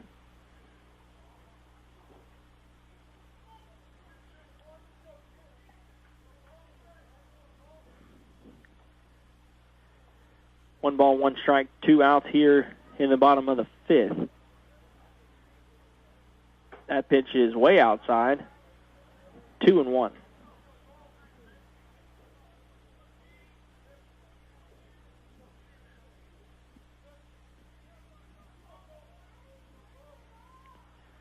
Two balls, one strike to the Jesus. That one's going to be a little high. 3-1. So now the Jesus is looking for anything right where he wants it. Doesn't have to swing at anything. 3 balls, 1 strike, and 2 outs. You can sit somewhat comfortably. That one's going to be in there for strike 2, and now he's got to protect the plate.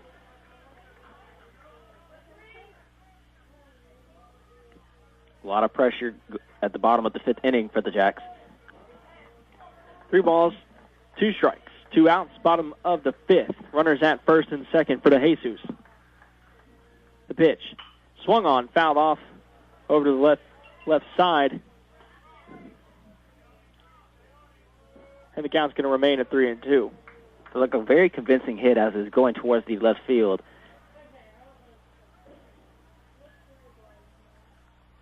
very good game between both of these teams.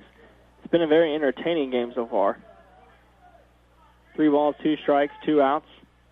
Here's the 3-2 pitch. Runners are going. Swung on, missed. And that's going to retire the side. Right now we are heading towards the top of the 6th, with the Islanders leading still 5-2 over the Jacks. And we'll be right back after this break. Hey, you.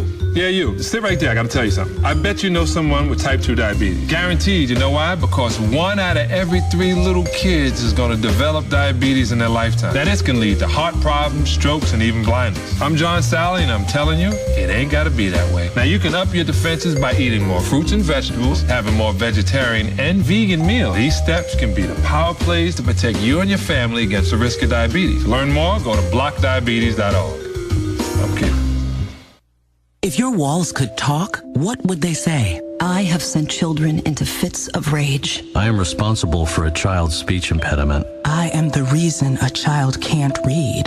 Just because you can't see lead paint doesn't mean it's not on walls, doors, windows, and sills. Today, lead paint poisoning affects over 1 million children. If your home was built before 1978, log on to leadfreekids.org or call 800-424-LEAD. Brought to you by the Coalition to End Childhood Lead Poisoning, EPA, HUD, and the Ad Council. Welcome back to JC's Field here in Nacogdoches. Score is currently 5-2 with the Islanders leading the Lumberjacks. Oh, for the Islanders, we have Steven Rivera, who is the shortstop. Been doing a very good job at shortstop for the Islanders. Still on the mound for the Lumberjacks, Adams. His first pitch is in there for strike 1. Now, I got to say, that form is very confusing because you never know where the ball's going to go. Yeah, he's got that sidearm. Second pitch. From my point of view, it looks like he's just going to go straight for the batter. It's going to be ball 1.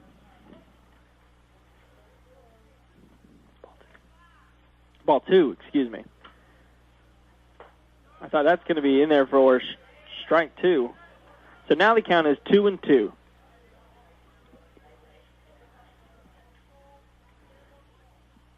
Two-two pitch. This one's hit over toward Georgianis at third. He's going to make the routine out at first. 1 down for the Lumberjacks.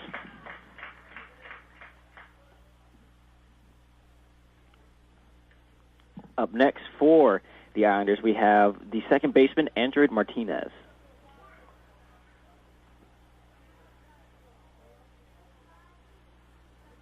Cody Adams is pitching, but right now the Lumberjacks have Jesus Gomez warming up.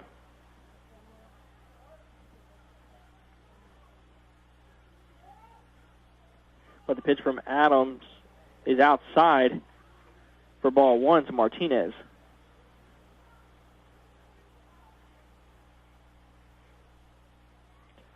One ball, no strikes.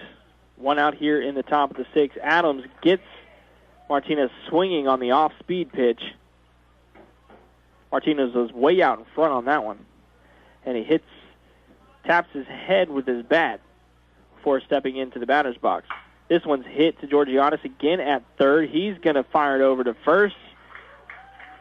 Georgianis has had the last 2 outs. Very good use of defense from the Jacks as they keep stopping any momentum from the Islanders to get their men on first base. And up next for the Islanders, we have Jackson Owens, who is the designated hitter. Owens had a run in the first inning. Adams' first pitch to him is called for strike 1. As it has no hesitation to strike them out. That one's going to be outside, making the count 1-1. 1 ball, 1 strike, 2 outs. That one's also going to be outside.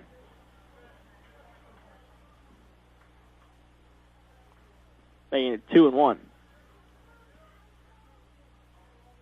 2-1 pitch is swung on, missed. Strike 2.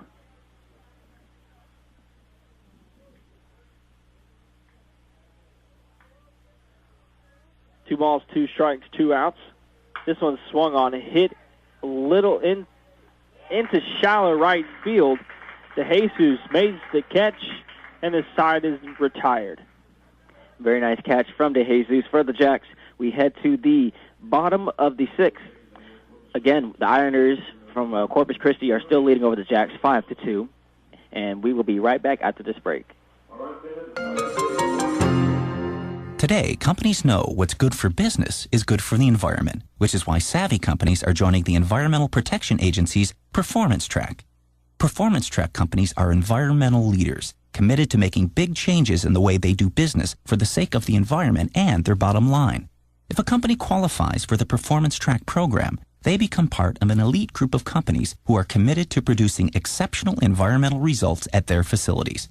Performance Track companies are reducing their water consumption, improving their energy efficiency, and eliminating toxic materials.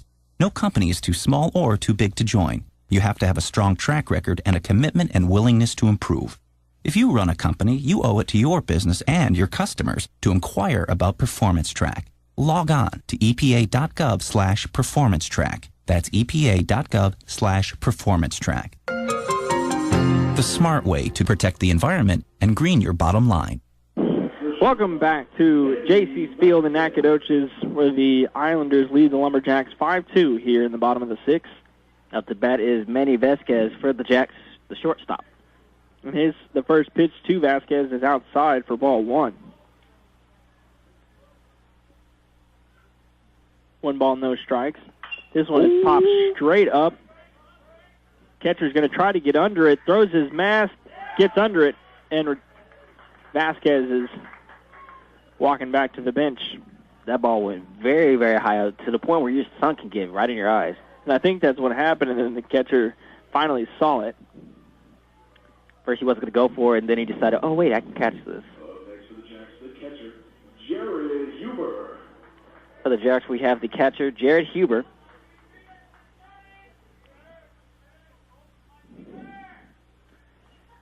First pitch to Huber, strike 1. Cole Carter is still on the mound for the Islanders. The Jacks are rooting on Huber. This pitch is swung on and missed. That's going to move the count to 0-2.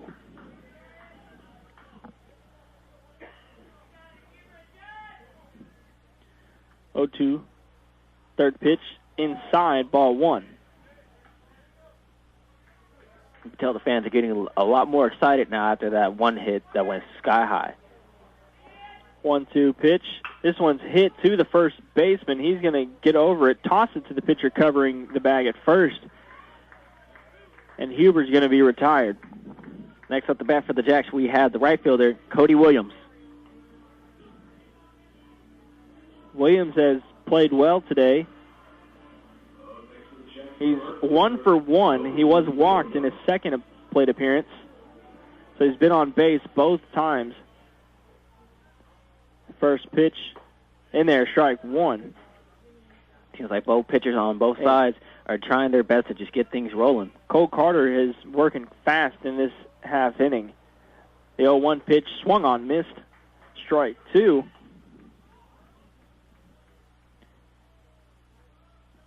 Carter is working extremely fast. He gets the ball back, and he's ready. 0-2. Little high, ball 1. Cody had to lean his head back a little bit from that one. 1 ball, 2 strikes, 2 outs here in the bottom of the 6th. That's going to be outside. The breaking ball missed. Was in the dirt. That moves the count to 2-2.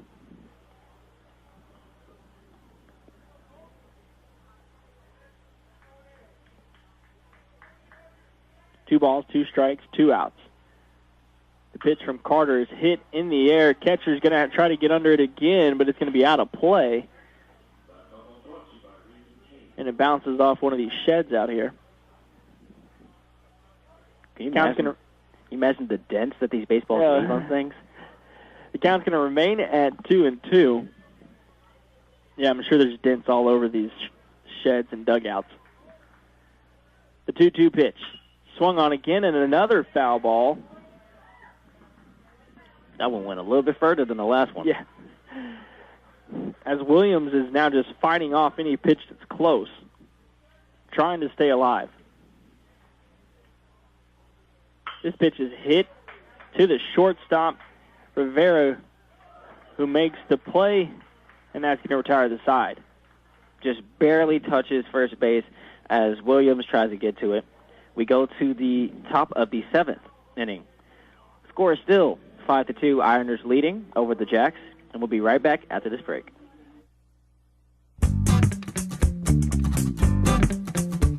Hi, everyone. This is On the Road in Texas. Father's Day is coming up this weekend. Dads are special to kids every day, and one way to make sure you'll be there for your children when they need you is to buckle up. Trooper Kevin Marmer has more. Wearing a safety belt full-time is just one more thing we dads can do for our families that depend on us. Every day, I see what studies show. Men are less likely to buckle up than women. And the worst offenders are guys who drive pickups and guys who ride with them. Forget about the excuses you make for not wearing a safety belt. Just get into the habit of buckling up. Every time, all the time. Trooper Marmer says buckling up not only decreases your chances of being hurt or killed in a crash, it also sets a good example for your children. The Texas Department of Transportation and the Texas Department of Public Safety remind you to buckle up and save a life.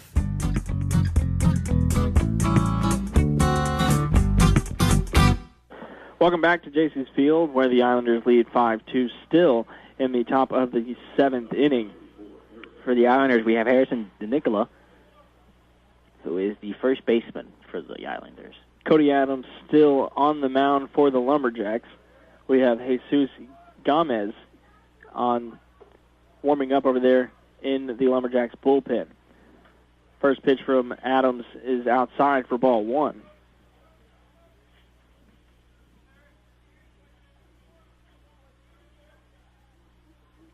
This pitch is hit hard, but it's going to be foul.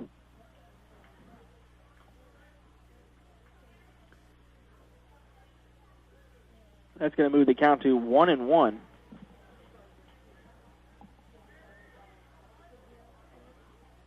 One pitch is in there, strike 2.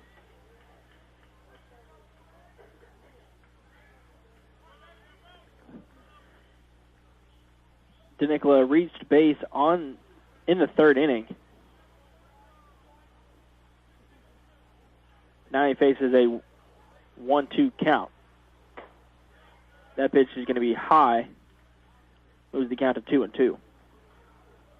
The sun is peeking out more and more as the game goes on. It's a beautiful day. Oh, yeah. Most definitely for a good game of baseball. 2-2 pitch, swung on, foul-tipped. Just got a piece of it. After yesterday, this is the polar opposite of yesterday's weather. This is definitely not spring weather, I tell you that. 2 balls, 2 strikes. Adams working from the stretch. That's going to be a little inside and low. That moves the count full.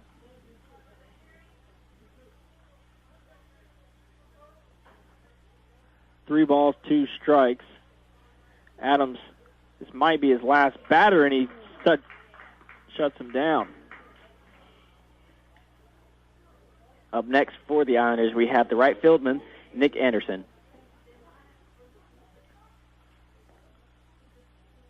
We'll see how much longer Adams goes. I thought maybe with DeNicola, since he is a left-handed batter, that's why they have the left-handed Adams in there. Yeah, but Adams doing a very good job right now for the Jacks. They're going to keep him in there for Anderson, and he's going to get the first strike. 0-1. Now to Anderson.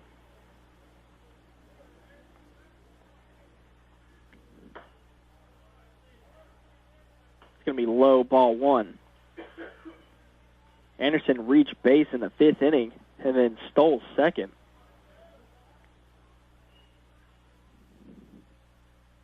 One ball, 1 strike.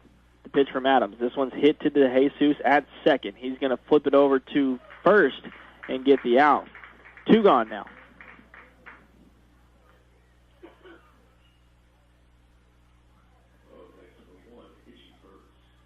Iggy Birch for the Islanders is up next to bat as a center fieldman. He's been doing a phenomenal job for the Islanders today. Iggy he's 2 for 3 on the day.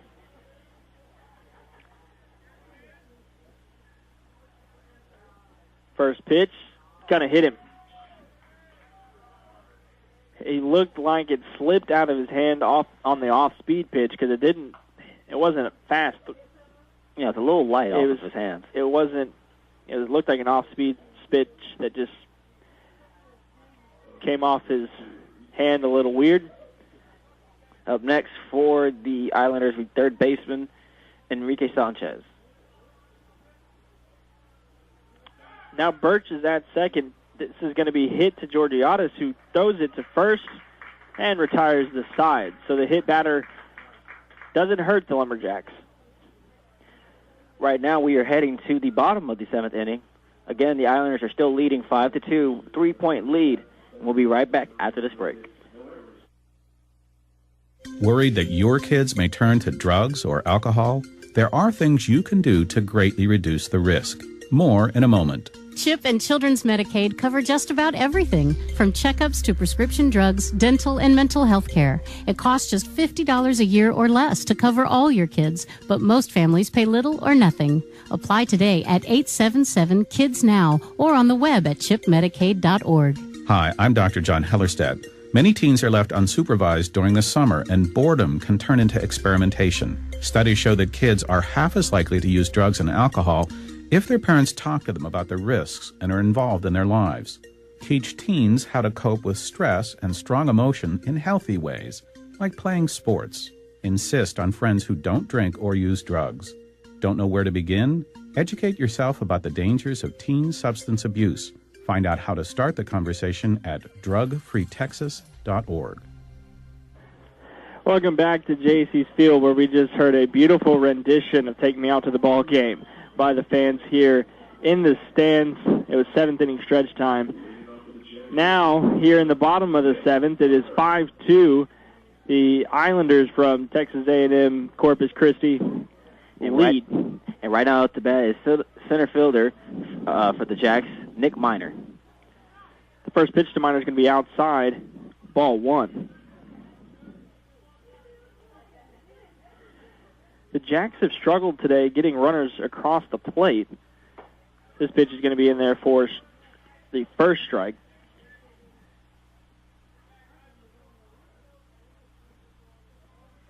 As the Jacks have actually left 7 men on base. That pitch is going to be high and outside, moves the count to 2-1.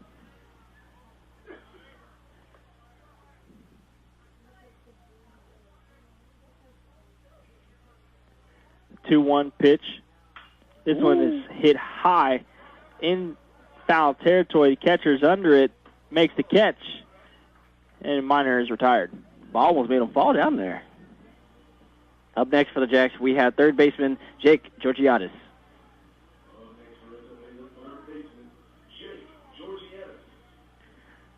Georgiadis has played well defensively. Was able to he had a double in the 5th inning, but his glove has been great today over at third base. First pitch is in there, strike 1. No balls, 1 strike, 1 out. This one, next pitch is going to be outside, ball 1.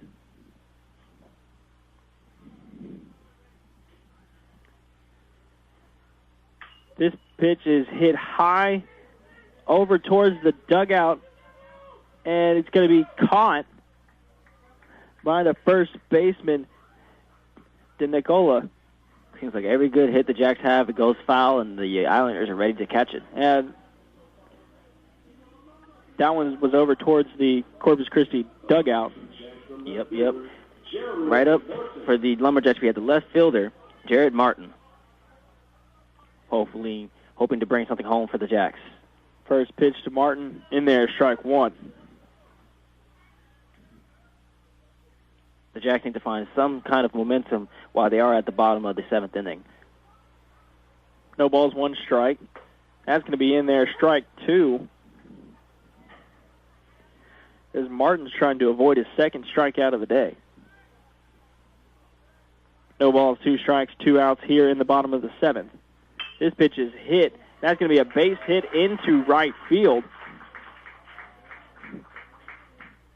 as Martin gets on base. Maybe that's the kind of momentum the Jacks need right now. Up next for the Jacks, we have the first baseman, Josh Evans.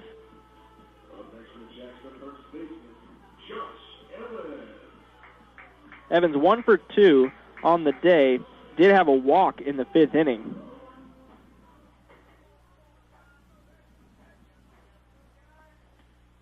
Two outs.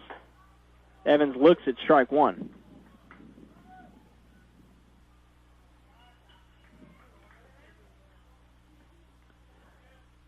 No balls, one strike, 2 outs. Pitch is in there, strike two. So Carter trying to get out of it, out of the bottom of the 7th. No balls, 2 strikes, 2 outs. Runner at first.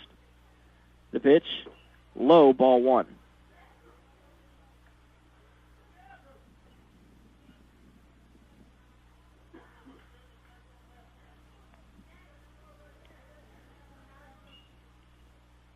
The 1-2 pitch from Cole Carter. Outside. It's going to move the count to 2-2. Martin is looking to run towards second base as soon as he can. Evans is a .284 hitter coming into this one. 2-2 pitch. Evans down on strikes looking. Until disappointed as himself as we go to the top of the 8th inning. Score still 5-3 or 5-2 for the Islanders, leading over the Jacks. We'll be right back after this break. Your East Texas alternative, KSAU, Nacogdoches, Lufkin. This is KSAU 90.1, the best station in East Texas to hear all your favorite new rock alternative hits. And the only station that plays what you want to listen to. So give us a call at 936-468-4000 and get your request in. Now, let's get back to that music. Have you got color in your cheek? Confessions of a Potentially Perfect Parent, brought to you by AdoptUsKids.org. I don't know how to talk like a parent. Don't make me come back there. You see what I mean? It's pretty awful. Try it again. Don't make me come back there. Now that's pretty good. That one kind of sounded like my dad. Weird. You don't have to be perfect to be a perfect parent. There are thousands of teens in foster care who would love to put up with you. Call 1-888-200-4005 or visit AdoptUsKids.org for more information. A message from the U.S. Department of Health and Human Services, Adopt Us Kids, and the Ad Council. Welcome back to Lumberjack Baseball here on KSAU 90.1 FM. The Islanders lead 5-2. Up to bat for the Islanders, we have Scott Balfont, who we have not seen until this inning. Balfont's a senior right-hander. The first pitch is going to be in there for strike one.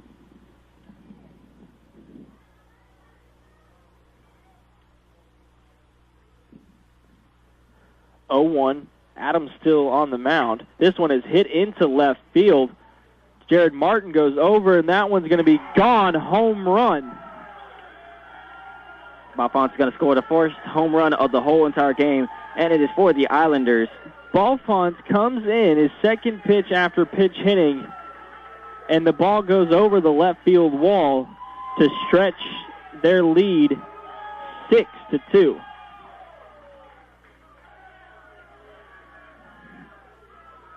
Well, what a start for Balfont. The crowd is very rowdy, along with the teammates of the Corpus Christi Islanders. And we're going to have a pitching change after that home run. Coming in for the Jacks is Jesus Gomez, who's been warming up for the past couple of innings. But now he's going to get the call.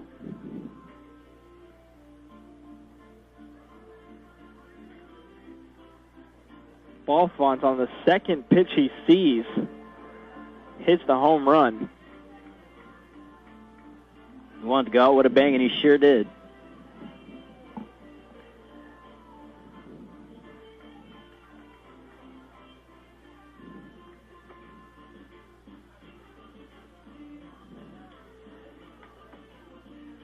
Six to 2 is our score here in Nacogdoches.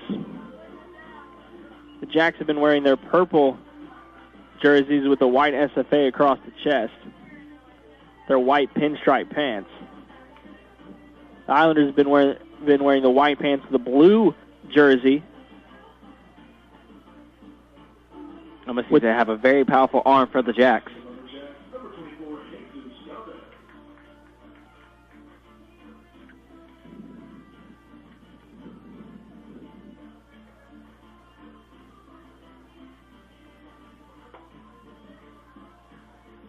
Jesus Gomez is a junior right-hander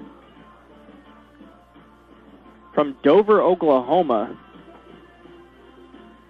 by his way of Seminole State College. 6 foot 198 junior comes in here in relief in the top of the 8th inning.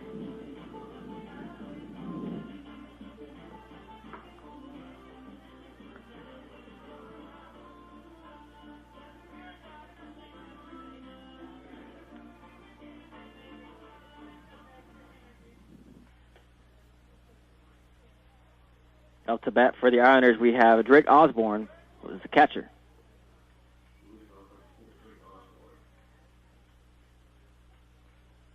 Osborne has not reached base this game, and that first pitch, Gomez is going to be swung on and missed.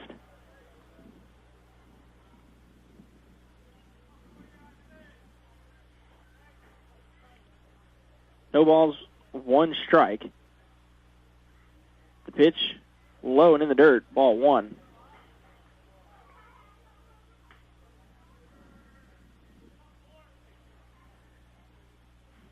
So SFA's comeback just got a little harder after the solo home run. The 1-1 pitch. This one's hit to Georgianis at third. He fields it cleanly, throws it over to Evans at first. 1 down.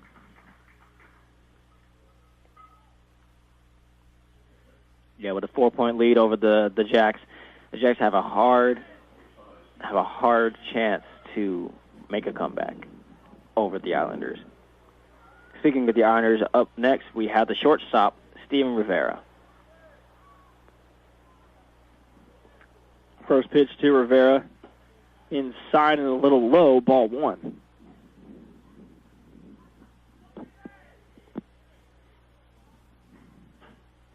One-0 pitch. This one's hit hard, but foul down the right field line.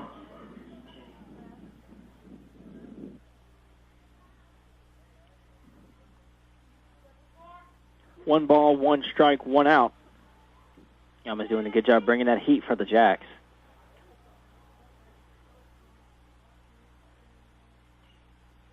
That pitch is high. Moves the count to 2-1.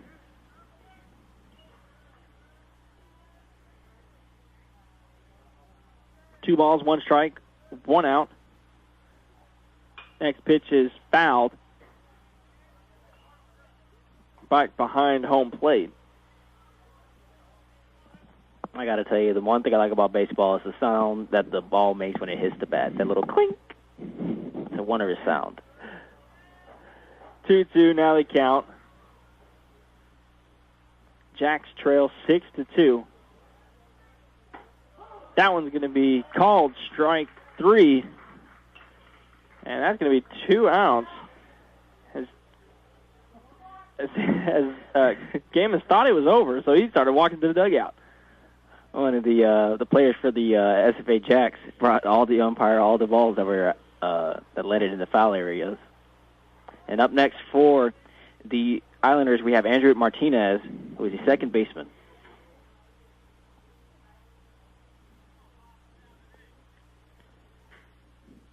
Martinez has scored a run this game back in the 3rd inning. First pitch is going to be outside, ball 1. So Fergamas is doing a wonderful job for the Jacks, making sure no one gets on base at all for the Islanders. That's going to be in there, strike 1.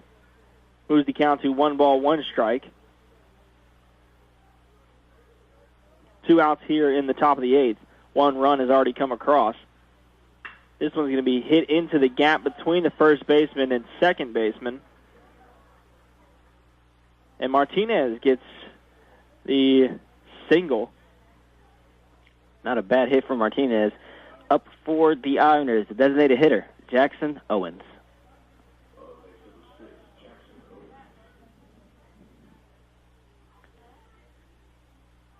Two outs here in the top of the 8th. Runner at first. Gomez now looking to get out of the inning. It's going to be ball 1. Gomez having good peripheral vision, looking towards first base.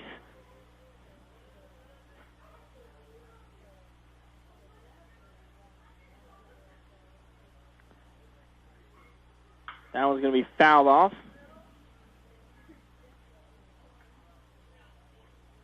One and 1. The Islanders started out the year 10-2, but since then have gone 10-18 in the remainder of their games.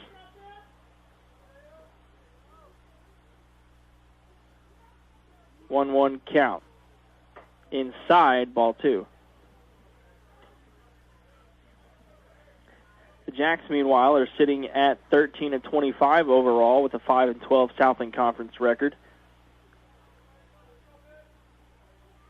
But trail today in this Southland Conference contest 6-2. The 2-1 pitch. Swung on, fouled off over on the left side. Martinez of the Islanders is really itching towards running towards second base at any chance he can get right now.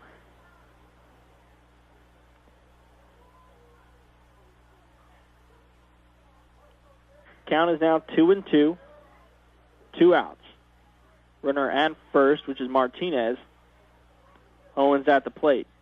Gomez throws it. Runner was going, and he got him. He is out of second. there. Huber with a nice throw to second, and Martinez was caught stealing. And that will take us to the bottom of the 8th inning.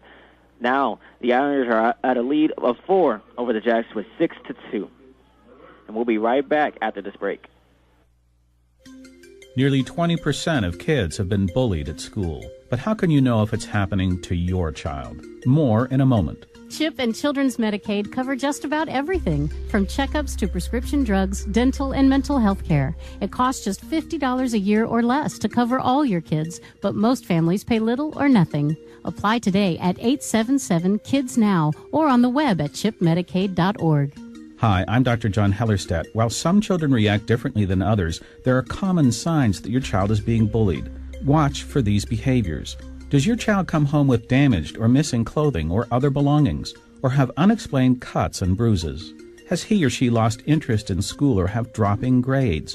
Or is your child depressed after school, or complain of headaches or stomach aches? Talk with your children about what's going on at school, especially if you fear they are being bullied. And be sure to share your concerns with your child's teacher or school counselor. Welcome back to JC's Field here in Nacogdoches. For the Jacks, we have Skylar Black, the designated hitter.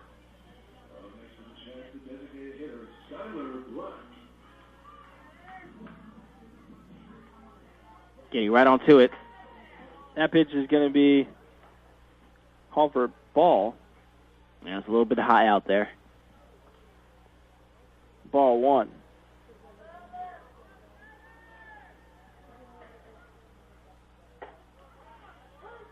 That pitch is going to be in there, called for strike 1. 1-1 is now the count to Skylar Black.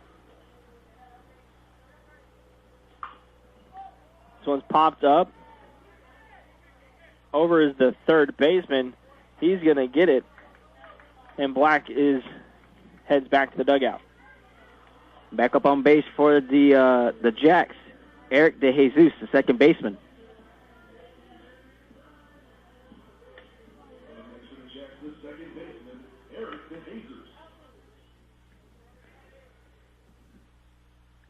DeJesus, the first pitch to DeJesus is in there, strike one. Looked a little outside, but they call it strike one. 0-1 pitch. That is outside for ball one. It's count 1-1, one out here in the bottom of the 8th inning. Jack's trying to rally. 1-1 pitch. In there, strike one. Or strike two, excuse me. Jack's got to get 4 in the next 2 innings to extend the game. 1-2 pitch, little high. It's going to be called ball 2.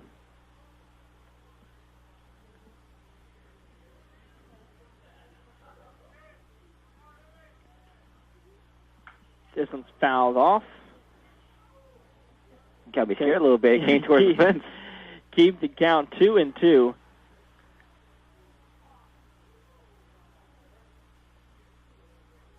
The 2-2 pitch to Jesus. This is hit into right field. Going to get down. And DeJesus is aboard with 1 out here in the bottom of the 8th. Nice hit from DeJesus.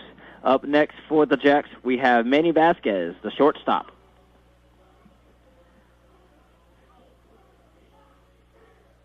So let's see if the Jacks can rally here in the bottom half of the 8th inning.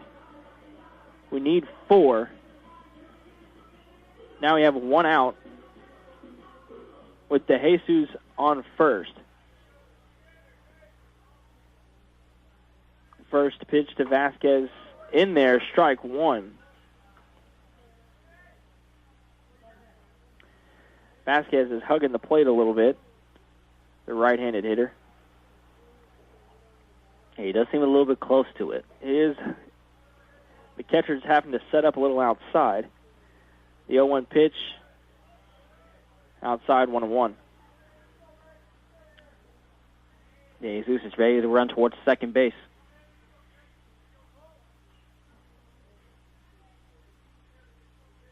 Vasquez hitting .277 coming into this game. Junior shortstop. 1-1 pitch hit little over the shortstop's head. It's going to fall down over the shortstop. None of the outfielders for the Islanders were able to get to it, and now there's runners at first and second. Now for the Jacks, the catcher, Jared Huber.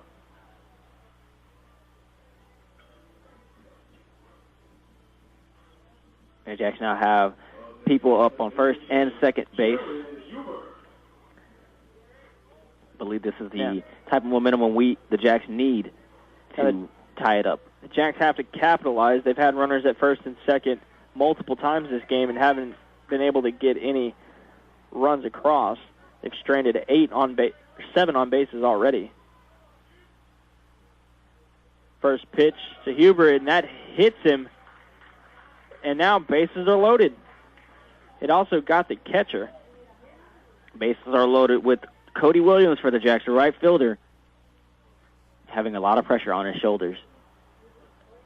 But has a lot of ease since there's only 1 out in this inning so far. I think they're actually going to pinch hit because Williams just went to the dugout.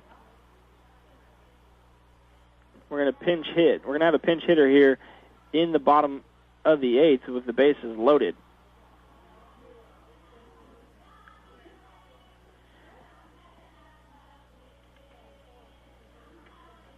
Antonio Lima is going to come in a pressure situation with bases loaded, 1 out here in the bottom of the 8th.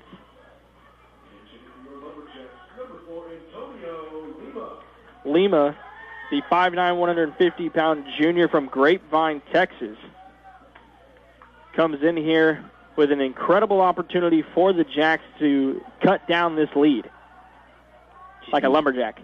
Just need 1 good hit. First pitch to Lima. Low, ball 1. Pretty sure Lehman knows the pressure that is on his shoulders right now, with bases loaded for the Jacks.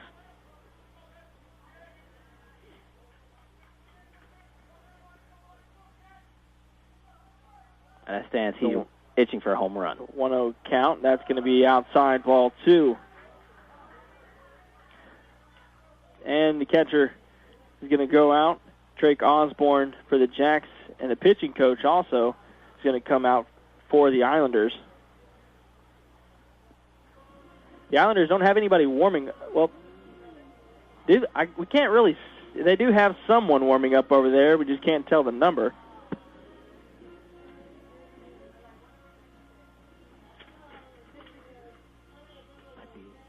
And they're gonna keep Cole Carter in.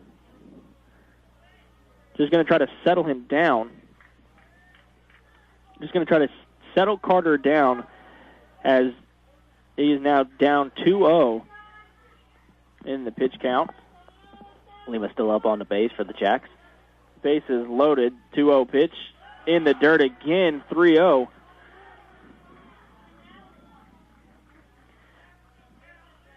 And Lima, I don't think will be swinging at anything on this one. 3-0 pitch. There's it is, strike 1. Lima's a smaller guy, so I wonder if it was strategic to get in a smaller guy to bring down that strike zone. 3-1 pitch. This is swung on, hit in the gap. De Jesus comes around. Vasquez is going to stop at third, but Lima drives in a run. And now the lead is 6-3 for the Islanders. I think the third base coach halted Vasquez as he was rounding third. For the Lumberjacks, we have Nick Miner, center fielder, up to bat.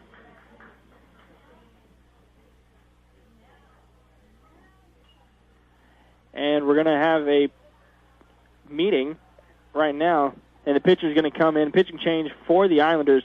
Chris Cooper is coming in as head coach Scott Malone for the Islanders goes out and takes the ball from Cole Carter.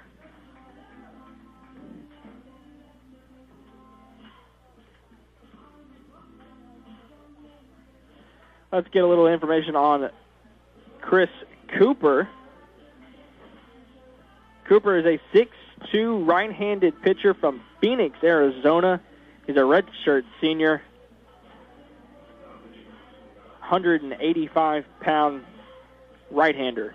Now on the mound for the Islanders. And he comes in a jam with bases loaded for the Jacks and the leadoff man up at bat. Only one out.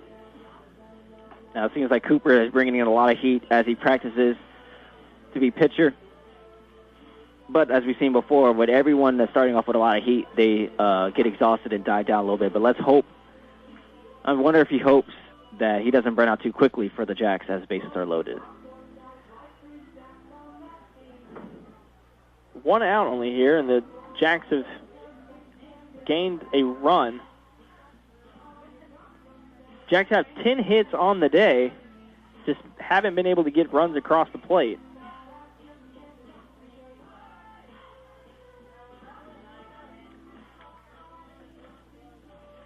Nick Miner now up to bat.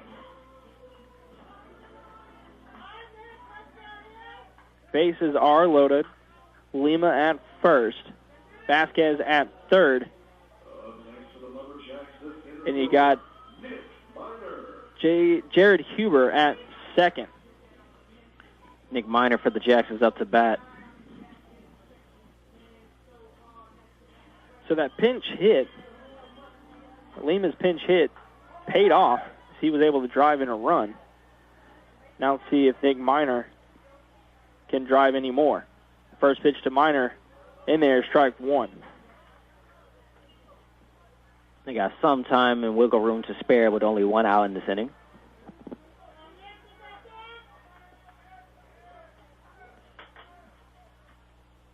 First pitch, the second pitch to Miner's outside. That's going to be ball 1.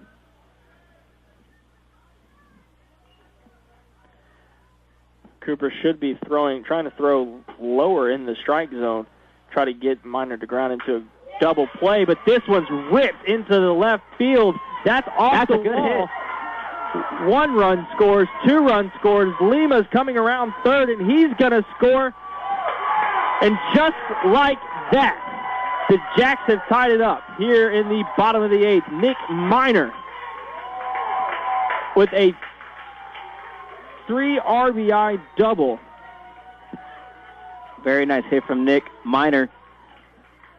Shook off all that pressure he had on his shoulders for the Jacks. And now we have Jake Giorgiotti coming up to bat, the third baseman for the Jacks.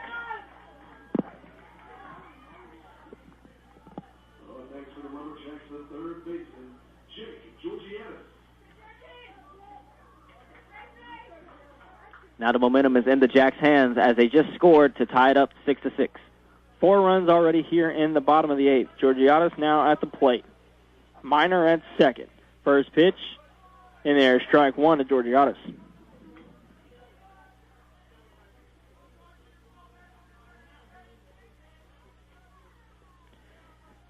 What a half inning for the Jacks. They needed 4 and they got it. Throw over to second. The Miners back in time.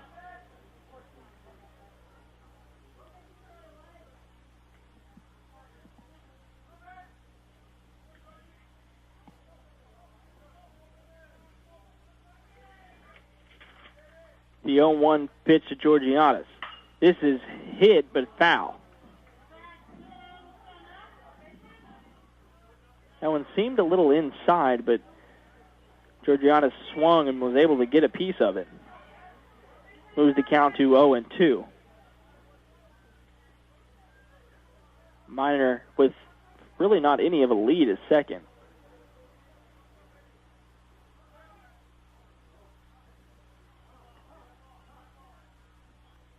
Timeout. They're pointing down to the Corpus Christi dugout, but I'm not sure. There was a loose ball in the field.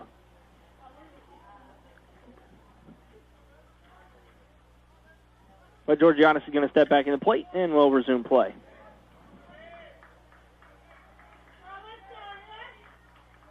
No balls, 2 strikes, 1 out here in the bottom of the 8th inning. Pitch to Georgiadis in the dirt, ball 1. Minor starts off with really not much of a lead, but as the pitcher is winding up, his lead grows as he tries to get like a running start.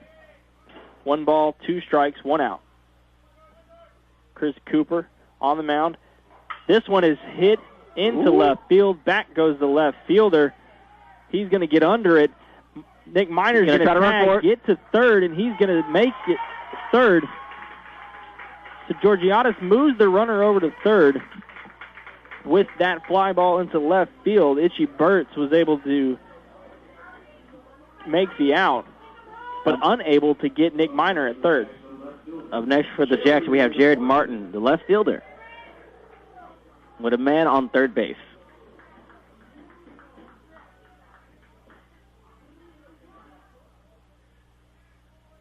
Two outs, tie ball game now, 6-6. Nick Minor inching over at third base. The first pitch, this one's hit into right field.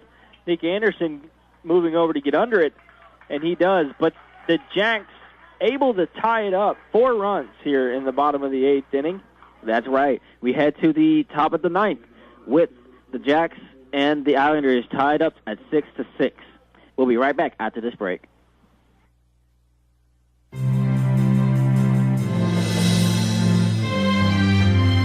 Everyone knows that smoking cigarettes is dangerous to your health. But did you realize that smokeless tobacco poses some of the same risks? Smokeless tobacco may irritate your gums, which can cause the tissue to recede and expose the roots of your tooth. That can lead to gum disease, tooth decay, and increased sensitivity to hot and cold foods. What's worse is that people who use chewing tobacco or snuff may increase their risk of developing oral cancer. 28 or more cancer-causing agents are found in smokeless tobacco. Some signs of oral cancer include gray, red, or white patches in your mouth, tenderness or numbness, or difficulty in chewing or speaking. If you notice any of these signs, be sure to see your dentist or physician. For the ADA Dental Minute, I'm Dr. Maria Lopez Howell. For more information, visit our website at ada.org. Welcome back to JC's Field here in Nacogdoches, where we have a tie ball game now after a 4-run bottom of the 8th inning for the Lumberjacks, and we now head to the top of the 8th inning, or top of the 9th inning, with a tie ball game.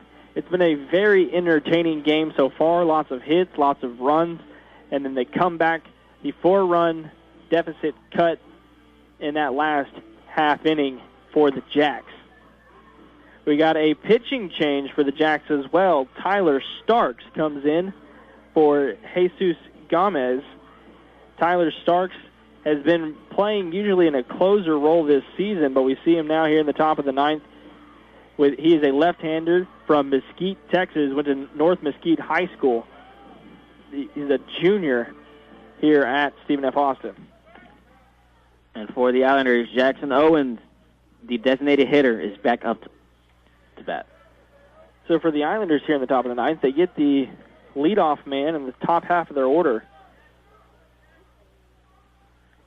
to bat. The first pitch of the day for Tyler Starks is hit into left field. Nick Miner, who moved over to right field, was able to corral it and one down. Next up for the Islanders, Harrison DeNicola, the first baseman. So Nick Miner moves over to right field. Kyle Cullen comes in at center field for the Jacks defensively. DeNicola is up now. One out here in the top of the 9th. First pitch is low, ball 1.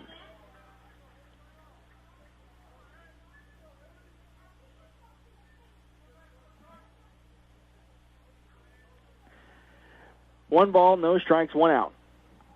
Starks from the stretch. This one's nice off-speed pitch. Yeah, he definitely got in his head there for DeNicola. Off-speed pitch moves the count to 1 ball and 1 strike. 1-1 pitch. This one's hit into right field again. Nick Miner gets underneath it and corrals it. 2 gone. So Nick Miner moves to right field and is getting all the action so far this half inning. Seems like a great change for the Jacks.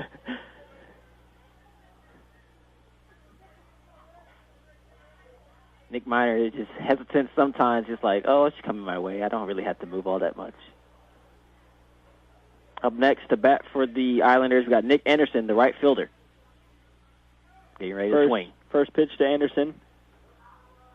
Hit off the catcher's shoulder pad, I believe. It's going to be ball 1.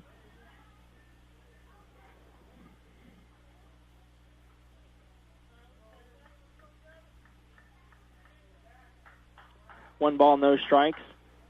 2 outs here in the top of the 9th. Starks, kicks, deals.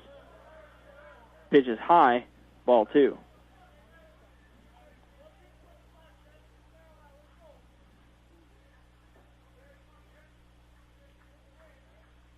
Count's now 2-0. Starks pitch. Again outside. It's going to move to 3-0.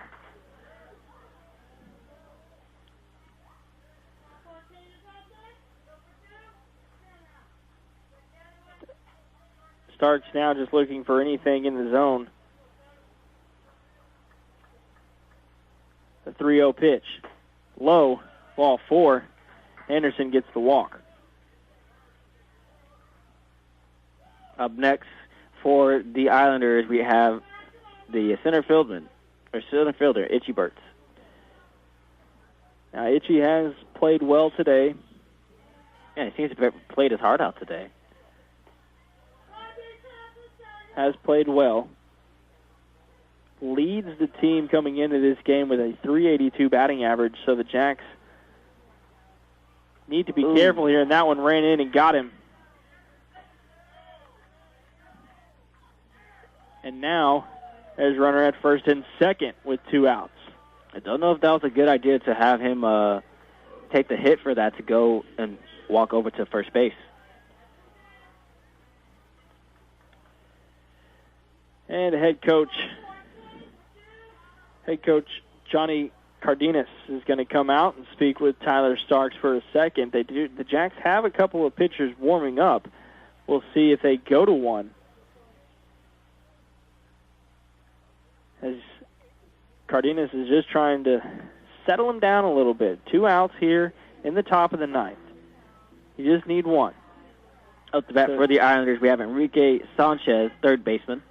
That wasn't a very long chat as Cardenas is headed back to the dugout. Seems like Sanchez is ready to hit this ball out the park with that swing.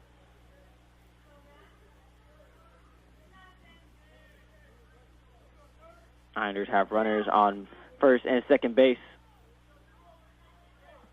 2 out here in the top of the 9th. Like Christian said, runner on first and second. The first pitch. This one's hit right back up the middle to center field. Cullen's coming in. Around comes Anderson to go home. Cullen just goes to third, and now we have a pickle. Now we have Itchy Bird's headed back to second, now back to third. He's running around. They're playing tag a little bit. Got it. Jordan, he's out of there. Who caught it, but the run will come across. So now the Jacks trail 7-6, headed to the bottom of the 9th inning. Like Logan just said, the score is 7-6, Islanders on top by 1. And we are heading to the bottom of the 9th, where the Jacks have one last chance to bring it on home. We'll be back after this break. You want a piece of me? You want a piece of me? You want a piece of me? They're not movie tough guys, just ordinary people doing something extraordinary. They're all signed up on matchingdonors.com, willing to donate their kidney to anyone who needs it. In the U.S., 19 people die each day waiting for an organ transplant, most of them for kidneys. Matchingdonors.com improves those odds by finding living altruistic donors for patients desperately needing transplants. Go to matchingdonors.com and meet some extraordinary people. That's matchingdonors.com. Have you resolved to make 2011 a healthier year for you and your family, but are struggling to find a fun, cost-effective way to work out? Consider the programs offered at your local Boys and Girls Club swimming pools. Both Lufkin and Nacogdoches facilities are open to the public and offer fun aquatic exercises such as exercise classes, lap swimming, water walking, swim team, and more. We are a year-round facility that is indoors and heated and available for rental. For information, call 936-560-6844. Welcome back here to J.C.'s Field here in Nacogdoches, where we have the makings of a good game here late. Bottom of the 9th inning, Lumberjacks trail 7-6. Here, Josh Evans. Yeah, Josh Evans for the Jacks will be up to bat. Evans has a .376 on base percentage for the Jacks, and that's what they need right here. First pitch, high. It's going to be ball 1. Jacks have one last chance to bring in either more runs or just to tie it up here at the bottom of the 9th. Swung on and missed. Second pitch by Evans. Moves it to 1-1. Dalton Starks, the center fielder for the Islanders, moved over left. This pitch is outside. Dalton Starks, the center fielder, has moved over a little bit to the left, expecting Evans to hit it opposite field. That ball is fouled off behind home plate, and the count's going to go to 2-2.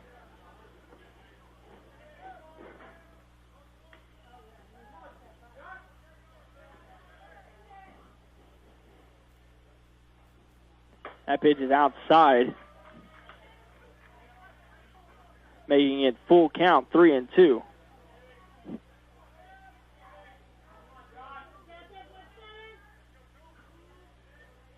Crowd is cheering on Evans. The 3-2 pitch. Swung on, hit into left center. It's going to get down. The center fielder, Dalton Starks, is going to get around. Evans slides into second base and is safe. waves to the crowd and his teammates as he slides on to second base. Up next for the Jacks, we have Skylar Black, designated hitter. And we're going to get a pinch runner in for the Jacks. Nick Daly is going to come in for Josh Evans at second.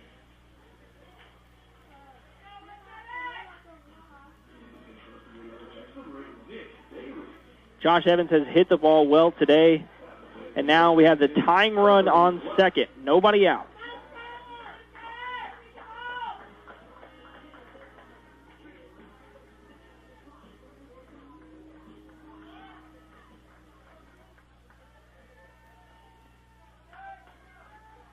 Skylar Black now at the plate. First pitch from Chris Cooper. He's going to bunt. That's going to pop up, and the pitcher's going to be able to catch it. Nick Daly had to get back to second, and that's not what they wanted. It was a nice attempt indeed. For the SFA Jacks, we have second baseman Eric De Jesus with Nick Daly on second base. De Jesus scored last inning. Let's see if he can work his magic again for the Jacks, as they do need at least 1 or 2 points to either tie or win this game over the Islanders. We might see a pitching change for the Islanders as one of their assistant coaches is headed to the mound.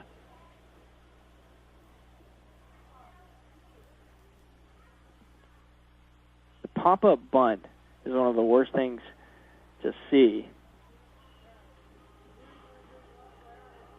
And that was not what we needed in that situation. Nick Daly, who came in for Josh Evans, to pinch run on second base. Luckily, wasn't running, was able to get back in time to avoid a double play.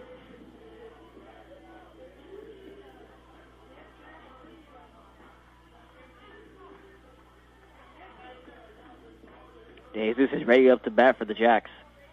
1 out, tying run on second.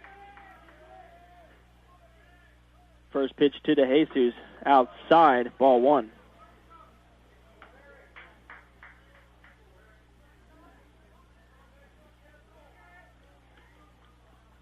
The game is getting very intense as we come to the close of the 9th inning. 1 ball, no strike, 1 out. Shortstop this one popped up foul. The shortstop was going over to second base. Nick Daly with a pretty big lead. That foul ball is going to move the count to 1-1. 1 ball, 1 strike, 1 out here in the bottom of the 9th. Tying run at second base. That pitch is going to be called strike 2. Looked to be on the outside of the plate, but the umpire is going to call it a strike. It's going to move the count to 1-2.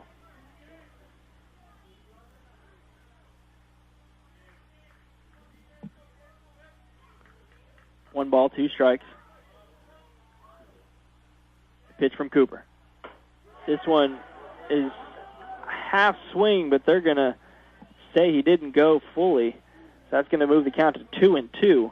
I know the Jacks are blessed for that. Yeah, De Jesus almost went around on that one. Crowd is getting high for De Jesus. 2-2 count. Cooper on the mound. Staring down to Jesus at the plate. 2-2 pitch. Outside. That count's going to move to 3-2. Tensions are getting high in this stadium right now from both sides. 3 balls, 2 strikes.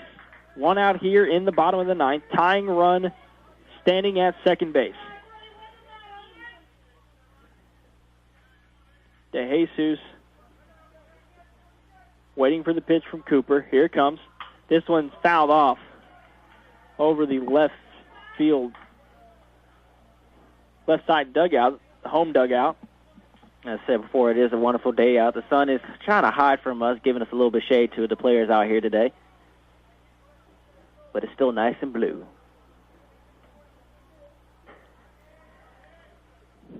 The count remains 3-2 after DeJesus fouls off that one.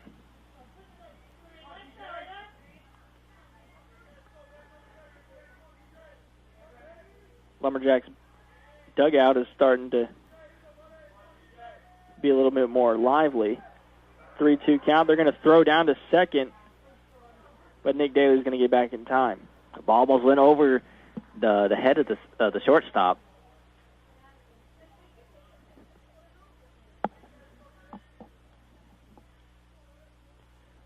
Three balls, two strikes.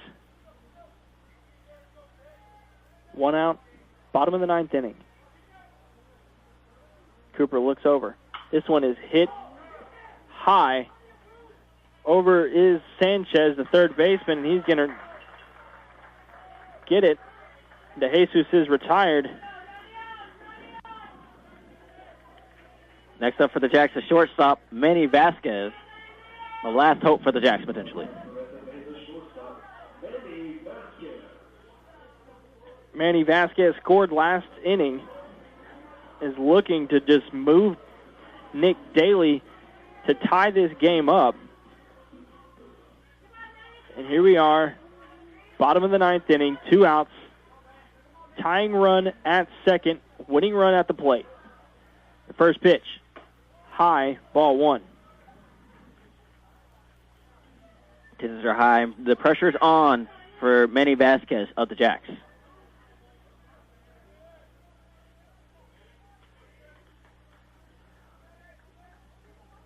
One ball, no strikes, now to Vasquez. Cooper looks over at second base. He winds up, throws. That's going to be also low, and the count's going to run to 2-0.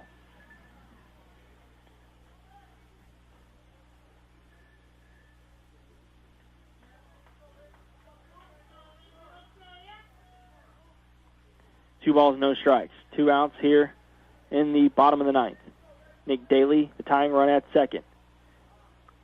Chris Cooper is going to step off the rubber and call over Drake Osborne, his catcher. They're going to talk about this for a second and what pitches they want to throw.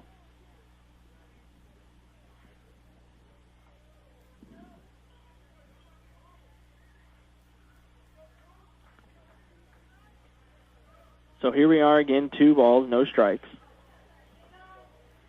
2 outs. 7-6 to score. Tying run at second. The pitch from Cooper. In the dirt, 3-0. You got 3 balls and no strikes here in the bottom of the ninth.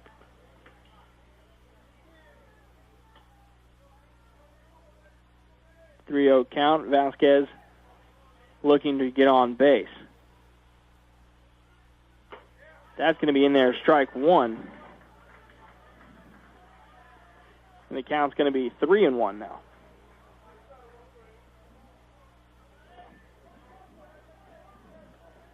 Three balls, 1 strike, 2 outs here in the bottom of the ninth. Manny Vasquez gets the pitch. This one's fouled off. And that's going to make the count 3-2. So here it is. 3 balls, 2 strikes, 2 outs in the bottom of the ninth inning. Tying run at second base. Winning run at the plate. Jacks have one last chance. The audience is on the tip of their seats, standing high up, waiting to see the last bit of the action.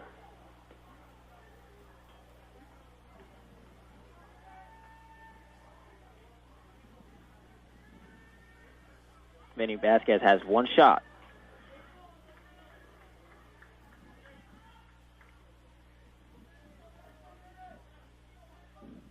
Three balls, 2 strikes to Vasquez.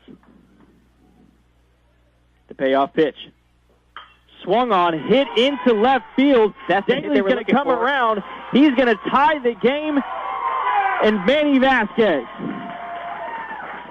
with 2 outs, a 3-2 count in the bottom of the ninth, hits it into left field, and the Jacks have tied it. That's exactly the hit that they needed. Tying it up at the bottom of the ninth inning. The Jacks now bring in the catcher, Jared Huber.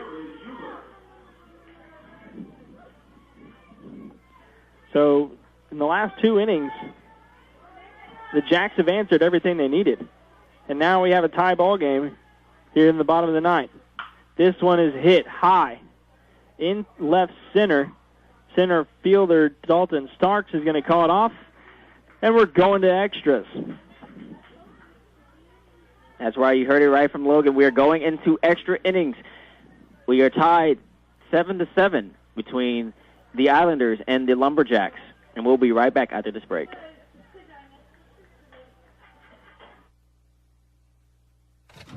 I'm so glad we left that stupid party. No joke. Hey, baby, are you an overdue library book? Because you got fine written all over you. Oh, barf. What about that girl with the hoop earrings? Ridiculous. When she was dancing... Megan, look out! Look out!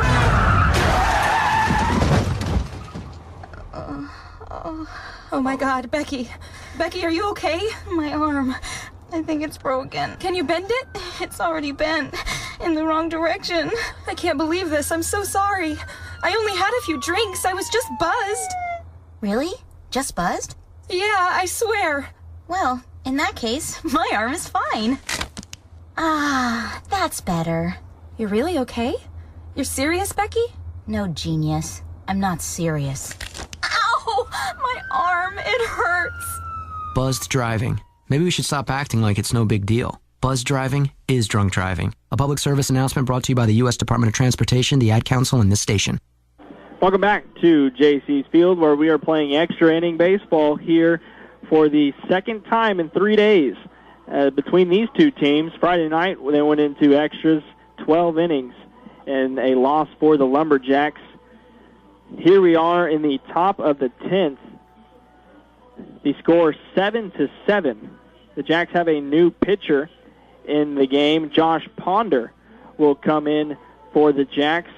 The 6', 176-pound sophomore from McKinney, Texas. The right-handed pitcher is now in for the Lumberjacks. Seems like both teams are giving it their all, making sure that they don't want to go home with a loss, giving it everything they have. The Jacks, they've been getting lucky with a couple of hits and runs like they needed towards the end. Now, SFA came into this game, I think, a game out of the 8th and final playoff spot for the baseball. Now, the Islanders took the first 2 games of the series, but this one's a big one for the Lumberjacks. And then up to bat for the Islanders, we have Dalton Stark. Dalton Stark came in center field defensively. Stark hits this one into right center. Martin moves back. It bounces off the wall. Martin's going to get it in, but Starks on the first pitch swinging hits a double, a stand-up double. Showing a sign that the Jacks are out of commission. Up next to bat for the Islanders, we have Drake Osborne, the catcher.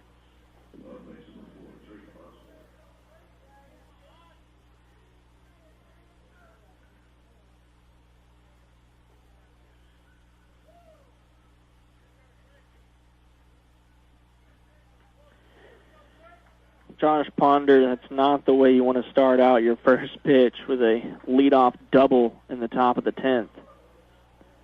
This pitch, low, ball 1 to Osborne.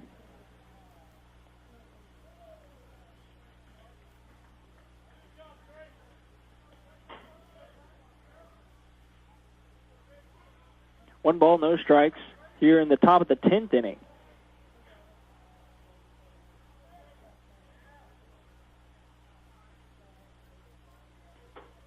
That's going to be a little high. It's going to move the count to 2-0.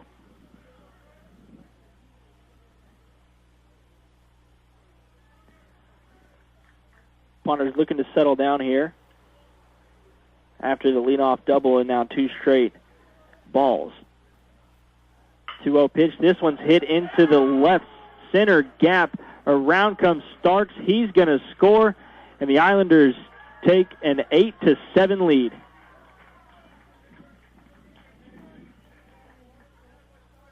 just went a little bit high over the shortstop's head of the Lumberjacks. Up next for the Islanders, we have the shortstop, Steven Rivera.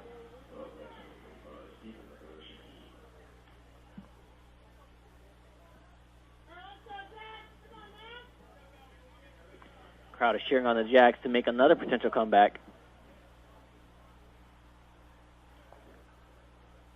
And at this point, I wouldn't be surprised if the Jacks did make another comeback. And Rivera is going to go talk to his third base coach about what he wants him to do in this situation with a runner on first and nobody out with a 1-point lead in extras.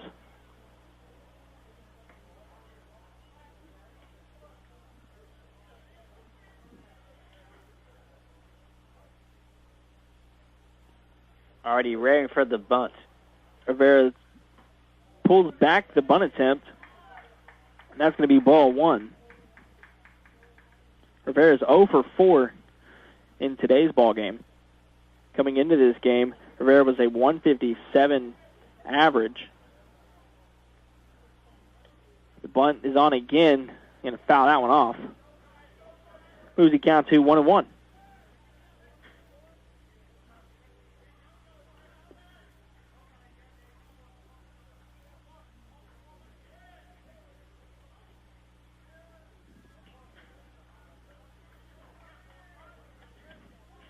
Jordan Powell is in the bullpen for the Lumberjacks warming up.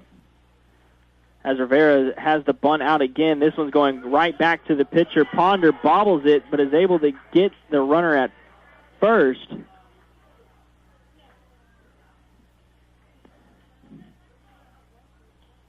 It could have gone for a double out there potentially if the pitcher didn't mess up with getting the ball. Next up for the Islanders, we have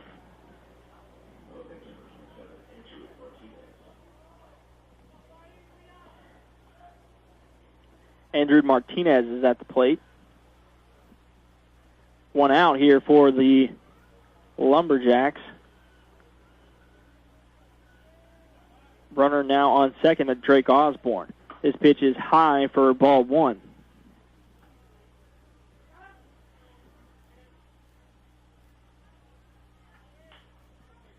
Ponder has struggled this half inning. 1 ball, no strikes. 1 out. Next pitch, this one is hit high into foul territory. Georgianis, the third baseman, is going to get it, but it's going to be out of play.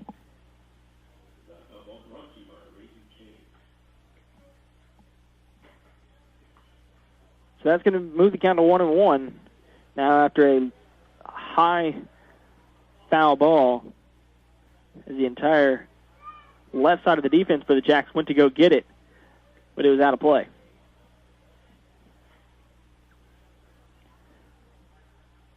Martinez still at the plate. 1-1 the count, 1 out. Nate Osborne is on second for the Islanders. Pitch in there, strike 2.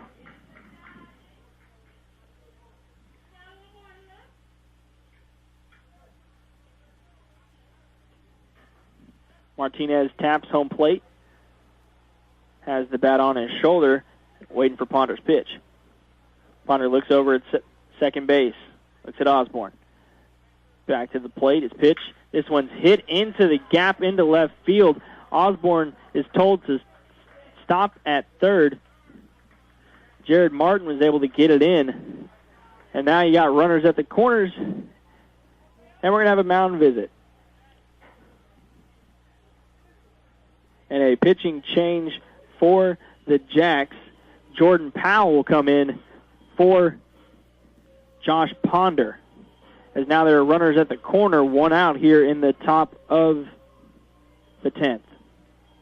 And out to bat for the Islanders, we have Jackson Owens, designated hitter.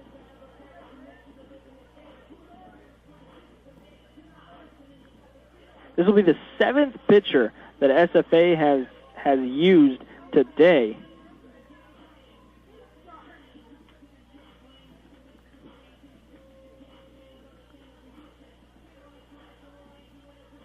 Now we'll see Jordan Powell warm up. for the Jacks as they trail by 1 here in the top of the 10th. Powell's the 5'10", 158 freshman from Montgomery, Texas, from Montgomery High School. Right-handed pitcher.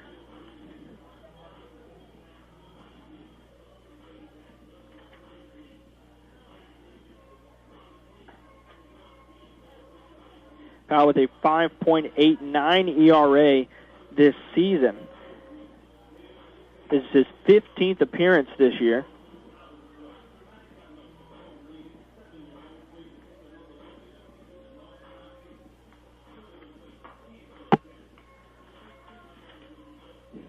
As we sit here in the top of the 10th, the Lumberjacks are going to have to answer again for the 3rd consecutive inning.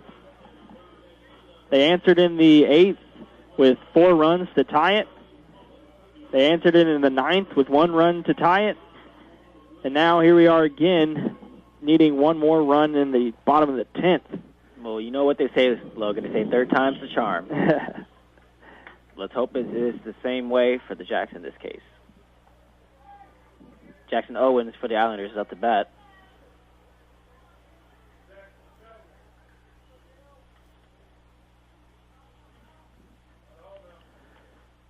Runners at the corners. First pitch from Powell is in the dirt. Ball 1.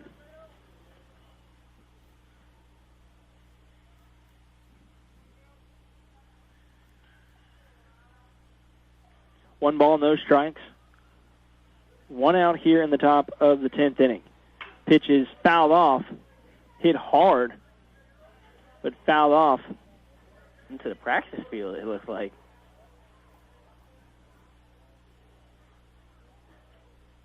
It's going to move the count to 1-1.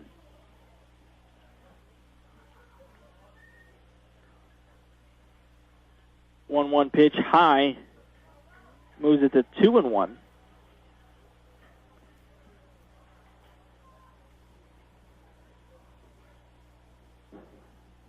Turned out to be a pretty nice day here in Nacogdoches.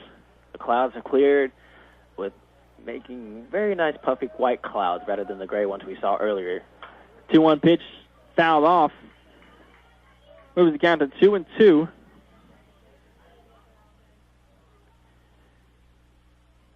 The Jacks are looking for a ground ball double play situation with runners at the corner with 1 out. It would be the best choice for the Islanders. But let's hope the Jacks can put a stop to any momentum the Islanders have. Seem to have they've already made 1 run at the top of the 8th or top of the 10th inning. 2-2 count. Powell gets his sign. Pitch is down low for a ball. And Jared Huber's going to go give a little chat with his buddy Powell for a second. Oh, a second, it definitely was. They're getting right back and ready to hit and pitch. Huber giving this sign to Powell. Full count here now. 1 out, runners at the corners.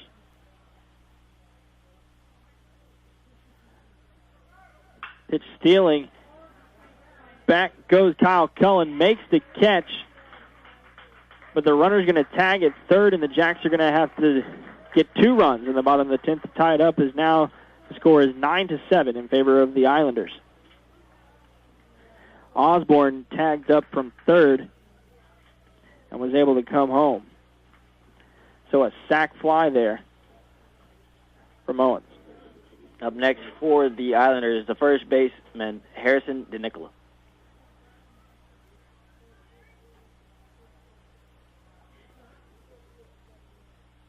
Two outs here in the top of the 10th. That's an off-speed pitch, a little high. Ball 1. You know, sometimes I think the actual catcher should be the pitcher. How bad it's going back to him. 1 ball, no strikes, 2 outs. 1-0 pitch. This one's hit into left field. Back goes Jared Martin. He gets under it. Can't corral it. And here comes Martinez, and another run comes across for the Islanders, making it 10-7. Making the struggle for the Lumberjacks even harder to make a comeback with now a 3-point lead. Up next to bat for the Islanders is Nick Anderson, the right fielder.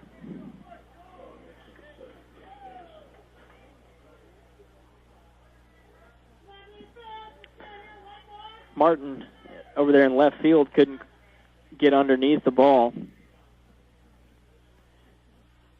Now Anderson stands in here with a runner on second, 2 outs. 3-run lead for the Islanders. First pitch is low, ball 1.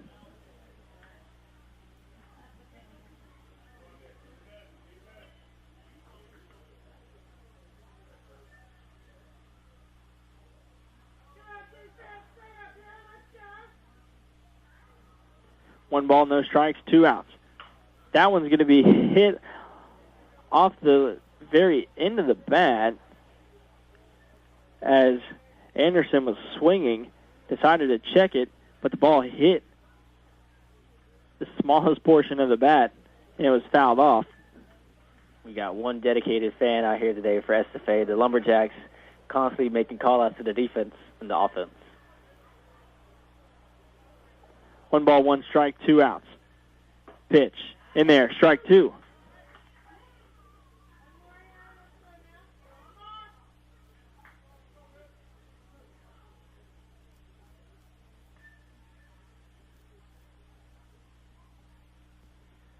One and 2 is the count. 2 outs here in the top of the 10th. The Islanders have gotten 3 runs across this half inning. 1-2 pitch hit into foul territory. It's going to remain foul. It looked like it almost hit somebody standing over there watching the game. And the count's going to stay at 1-2.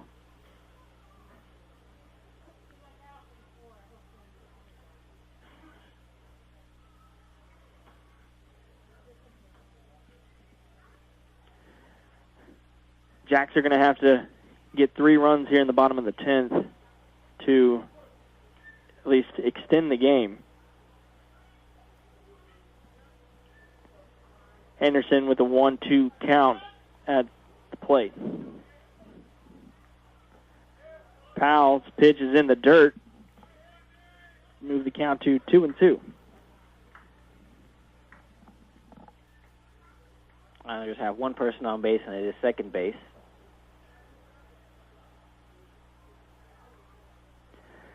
2-2 count. 2's all across the board. 2 balls, 2 strikes, 2 outs. That pitch is in there, strike 3, looking, and the Jacks got some work to do. Yes, they do.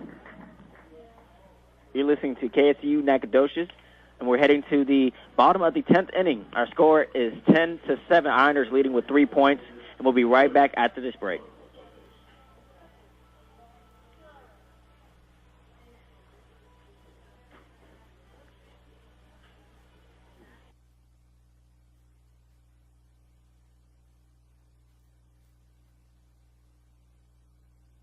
So, Jacqueline. Yes, Mom? I wanted to talk to you about something, and... Oh, wait, hold on. I just got a text. Oh, wait, Mom. I just got a message. So many comments on my comment. Hey, guys, check out my new video game. Mom, what?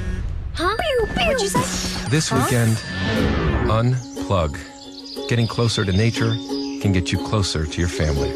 To find the forest nearest you, go to discovertheforest.org. Brought to you by the U.S. Forest Service and the Ad Council. The numbers of overweight children in the United States are growing at an alarming rate, with 1 out of 3 kids now considered overweight or obese. More in a moment. CHIP and Children's Medicaid cover just about everything from checkups to prescription drugs, dental, and mental health care.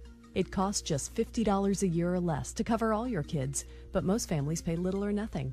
Apply today at 877-KIDS-NOW or on the web at chipmedicaid.org. Hi, I'm Dr. John Hellerstedt.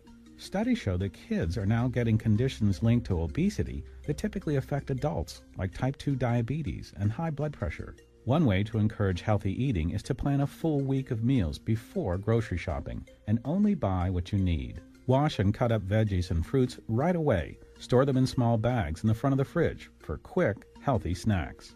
That's today's Children's Health Minute, connecting families with CHIP and Children's Medicaid.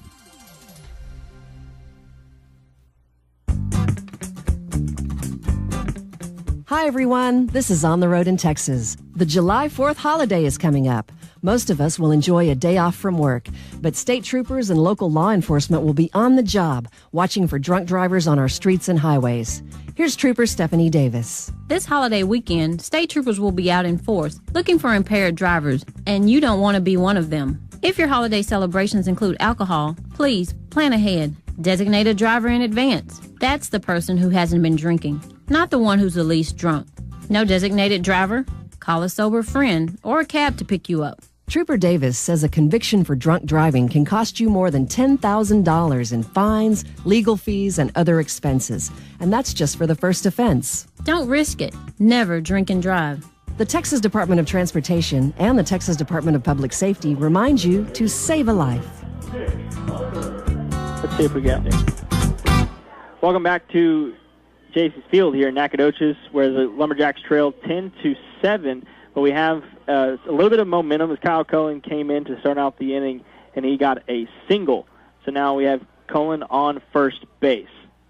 Nick Miner at the plate. This one's hit into the gap between the shortstop and the third baseman. So now there's two runners on, first and second, with nobody out. Maybe this is the momentum the Jacks need. They do need to get at least 3 points to tie it up again, to add more onto it, or score 4 to win the game here at the bottom of the 10th. And up next to bat, we have Jake Georgiades for the Lumberjacks, third baseman. The Islanders have changed pitchers. Peyton Bauer is now on the mound for the Islanders. And he has surrendered 2 singles so far in the first 2 batters. The first pitch, Georgiades, is low for ball 1. The Jacks have 2 people on base, first and second base. Tying run at the plate now for the Lumberjacks. The 1-0 pitch. This one's hit into left field. It's going to get down. Around comes Cullen. He's going to score. Miner goes to third. And it's going to get past. Miner's going to get home. Man. Georgiades is going to second. And we have a 10-9 ball game. The Jacks seem to have woken up now. They don't want to lose to the Islanders, it seems like.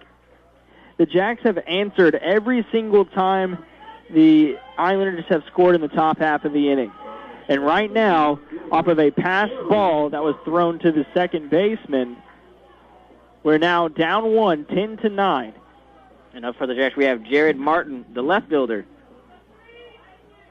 See, this is the momentum I was talking about, that the Jacks need to bring it back to the Islanders. And it's looking great with no outs in the bottom of the 10th. Yeah, the first baseman is in the grass here, playing as they are expecting a bunt. They're expecting a sacrifice bunt to move Georgiades over to third. They're going to call a timeout. I know Jacks fans are very excited to know that the Jacks still got a little fight in them. And we're going to have a pitching change for the Islanders. So 3 batters is faced from Peyton Bauer, and he's going to go ahead and go back to the dugout. See who we have on the mound now for the Islanders. As Islander head coach Scott Malone comes out and speaks with his defense.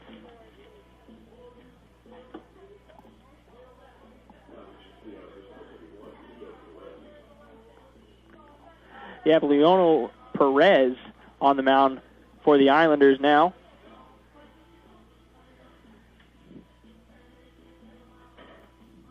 Perez he duels as a first baseman and a pitcher. 6'2", 230 freshman from Palmview, Texas. The right-handed pitcher out there now. As the Jacks have brought us within 1 with nobody out. Defensively, the Islanders are bringing in their first baseman to try to stop a sacrifice bunt. And in this situation, baseball is kind of like a chess match. What can you do to counteract? And that's what they were doing with their first baseman, is they're expecting a sacrifice bunt to move Georgiadis, who's at second, over to third. But the thing is, who's in whose head, the Jacks or the Islanders? It's been back and forth since really the 8th inning. The last couple of innings have been back and forth, and it's been a very entertaining ball game.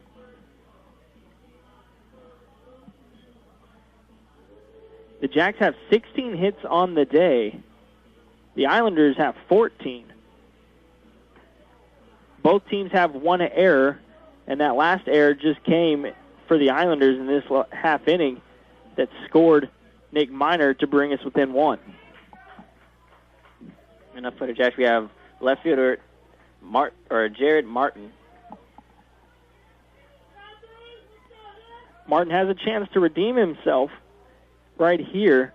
After last half inning, he missed a fly ball.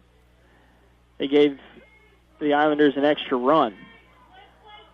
The good thing is that we are at the bottom of the 10th. The Jacks have no outs, so they got pretty good lead room right now. That ball's going to be in the dirt to Martin. Perez's first pitch. It's going to move the count, because in the first, it's going to move it to 2-0. 2-0 pitch outside low, and that's going to be 3-0.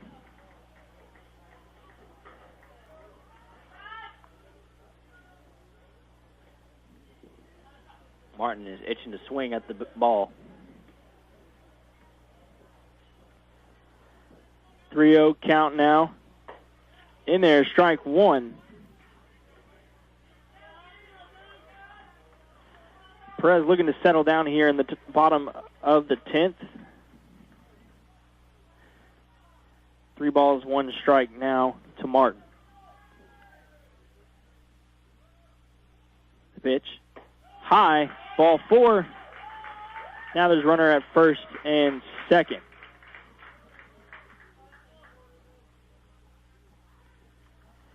And it looks like we're going to have a substitution. See who's coming in.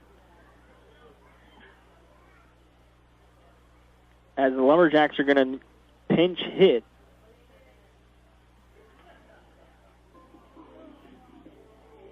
Up to bat for the pitch hit for the Jacks, we have Tyler Kimball.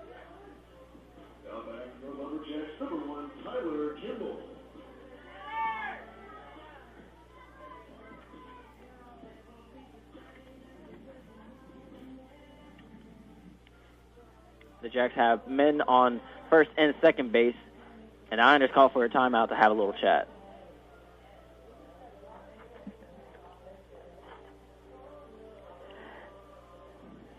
Tyler Kimball in here to pinch hit. 6'1", 182, junior from Pearland, Texas. And now we're going to get a talk on the mound for the Islanders, and I think they're going to switch pitchers again. So here in the last half inning, the Islanders have put out 3 different pitchers. The Jacks have substituted runners. They've substituted a hitter. And now it's really a chess match between these two.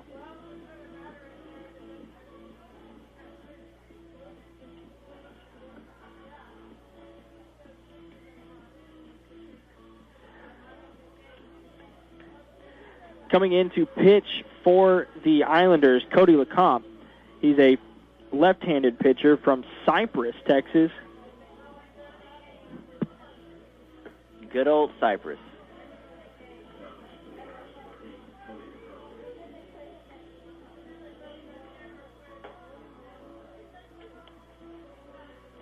We are in the bottom of the 10th inning.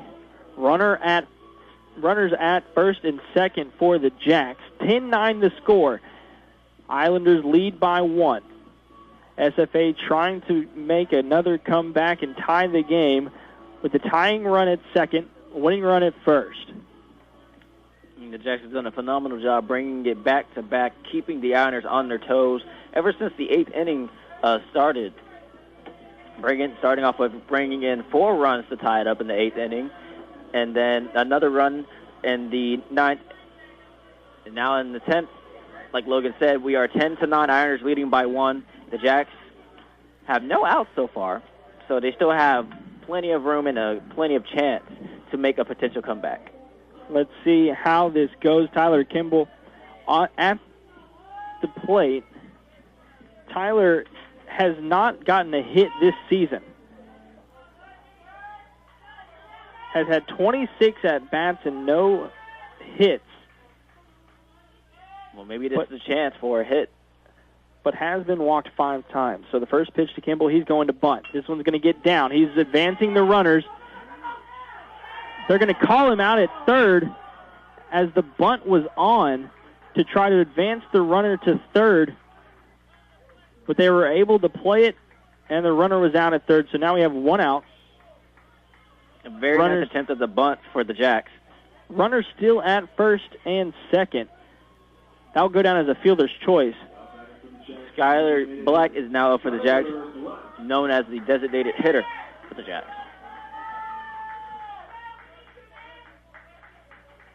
Crowd's cheering him on. Runners at first and second now for the Jacks. The first pitch to Black. In there, strike 1.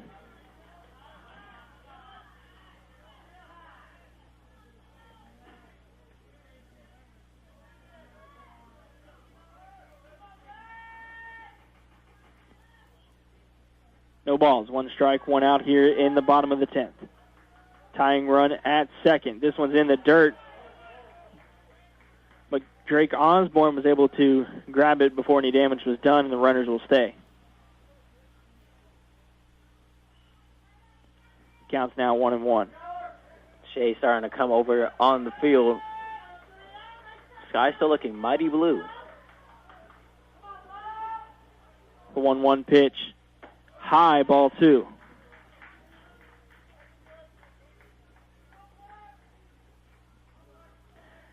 DeJesus is on deck. Scored in the 8th inning. The 2-1 pitch to Black. Outside, ball 3.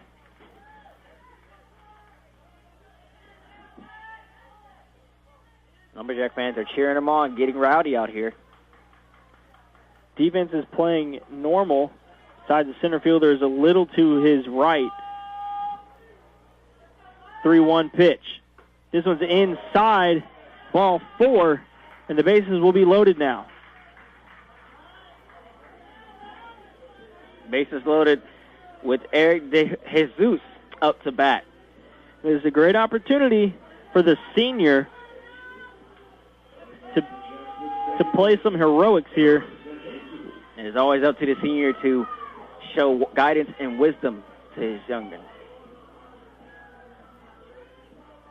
Now we'll see if the infield's going to play double play ball. Looks like they're going to play normal shift. First pitch to DeJesus. Swung on, missed. Strike 1. We are at 1 out here in the bottom of the 10th inning. The Islanders 10-9 over the Jacks. The crowd getting even more rowdy as it gets closer and closer. No balls, 1 strike, 1 out. The pitch in the dirt, ball 1.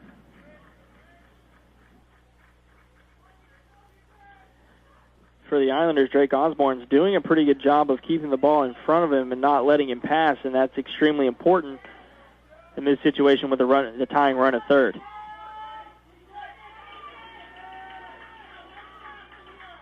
One to DeJesus. High, ball 2.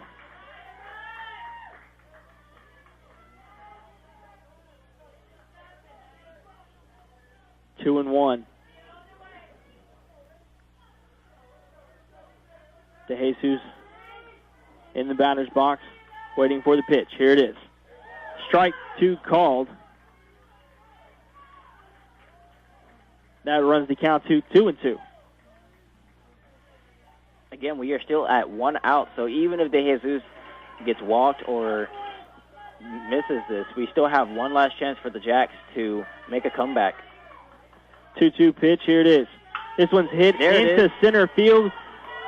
This one's going to get back. That's going to bring in the tying run. De Jesus brings in the tying run on a sac fly, and now the winning run is at third base. It's all up to Manny Vasquez, the shortstop of the Jacks, to bring on another run home.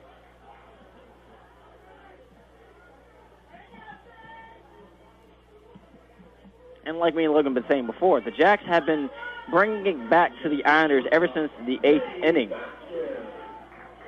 But they just haven't been able to close it out on them yet. Manny Vasquez now here with an opportunity to win it. 2 outs with runners at second and third in the bottom of the 10th. Tied at 10. The first pitch. Outside, ball 1. Got players on both second and third base for the Jacks. That winning run is 90 feet away. Vasquez looking to end it for the Jacks. The 1-0 pitch. This is swung on into left field. Ball game. Jacks win it. Vasquez hits it into left field. The team runs out and chases him. The Jacks win it in a walk-off. 11-10 in an incredibly entertaining ball game. Yeah, that was amazing. The Jacks, like Logan was saying, had so many chances to close it out over the Islanders, and darn it, they took that chance and brought it on top 11-10 over the Islanders today. 11-10 is the final score. The Jacks bringing it back every time in the 8th inning, scoring 4 runs in the bottom of the 8th to tie it up. This continued to tie it up. Back and forth they went in the 9th inning, traded 1 runs to keep it tied. And then in the top of the 10th, they gave up 3 runs in the top of the 10th, and it was looking pretty bleak. But here in the bottom of the 10th, they were able to get the runs that they needed. Manny Vasquez with the RBI, the game-winning RBI to win it. And the Jacks were able to get one in the best-of-3 series in this one. Final score 11-10. The Jacks win in extra innings. SFA will be back in action at home Friday, May 4th at 6:30 p.m. when they take on Nichols State. Along with Logan Ward, I'm Christian Shaw wishing everyone a good night. The final score is SFA 11-10 against AM and Corpus Christi. This baseball broadcast was created by the students from the Stephen F. Austin Department of Mass Communication and Radio Television with permission from Learfield, the official multimedia rights holder of Stephen F. Austin Athletics. Thanks for joining us. This is KSAU, Nacogdoches. Keep it tuned to your East Texas alternative, KSAU, Nacogdoches, Lufkin. I wasn't born to go with the flow. I was born to make a difference, to make waves. I want my sweat and hard work to mean something. I was born to serve in the United States Coast Guard.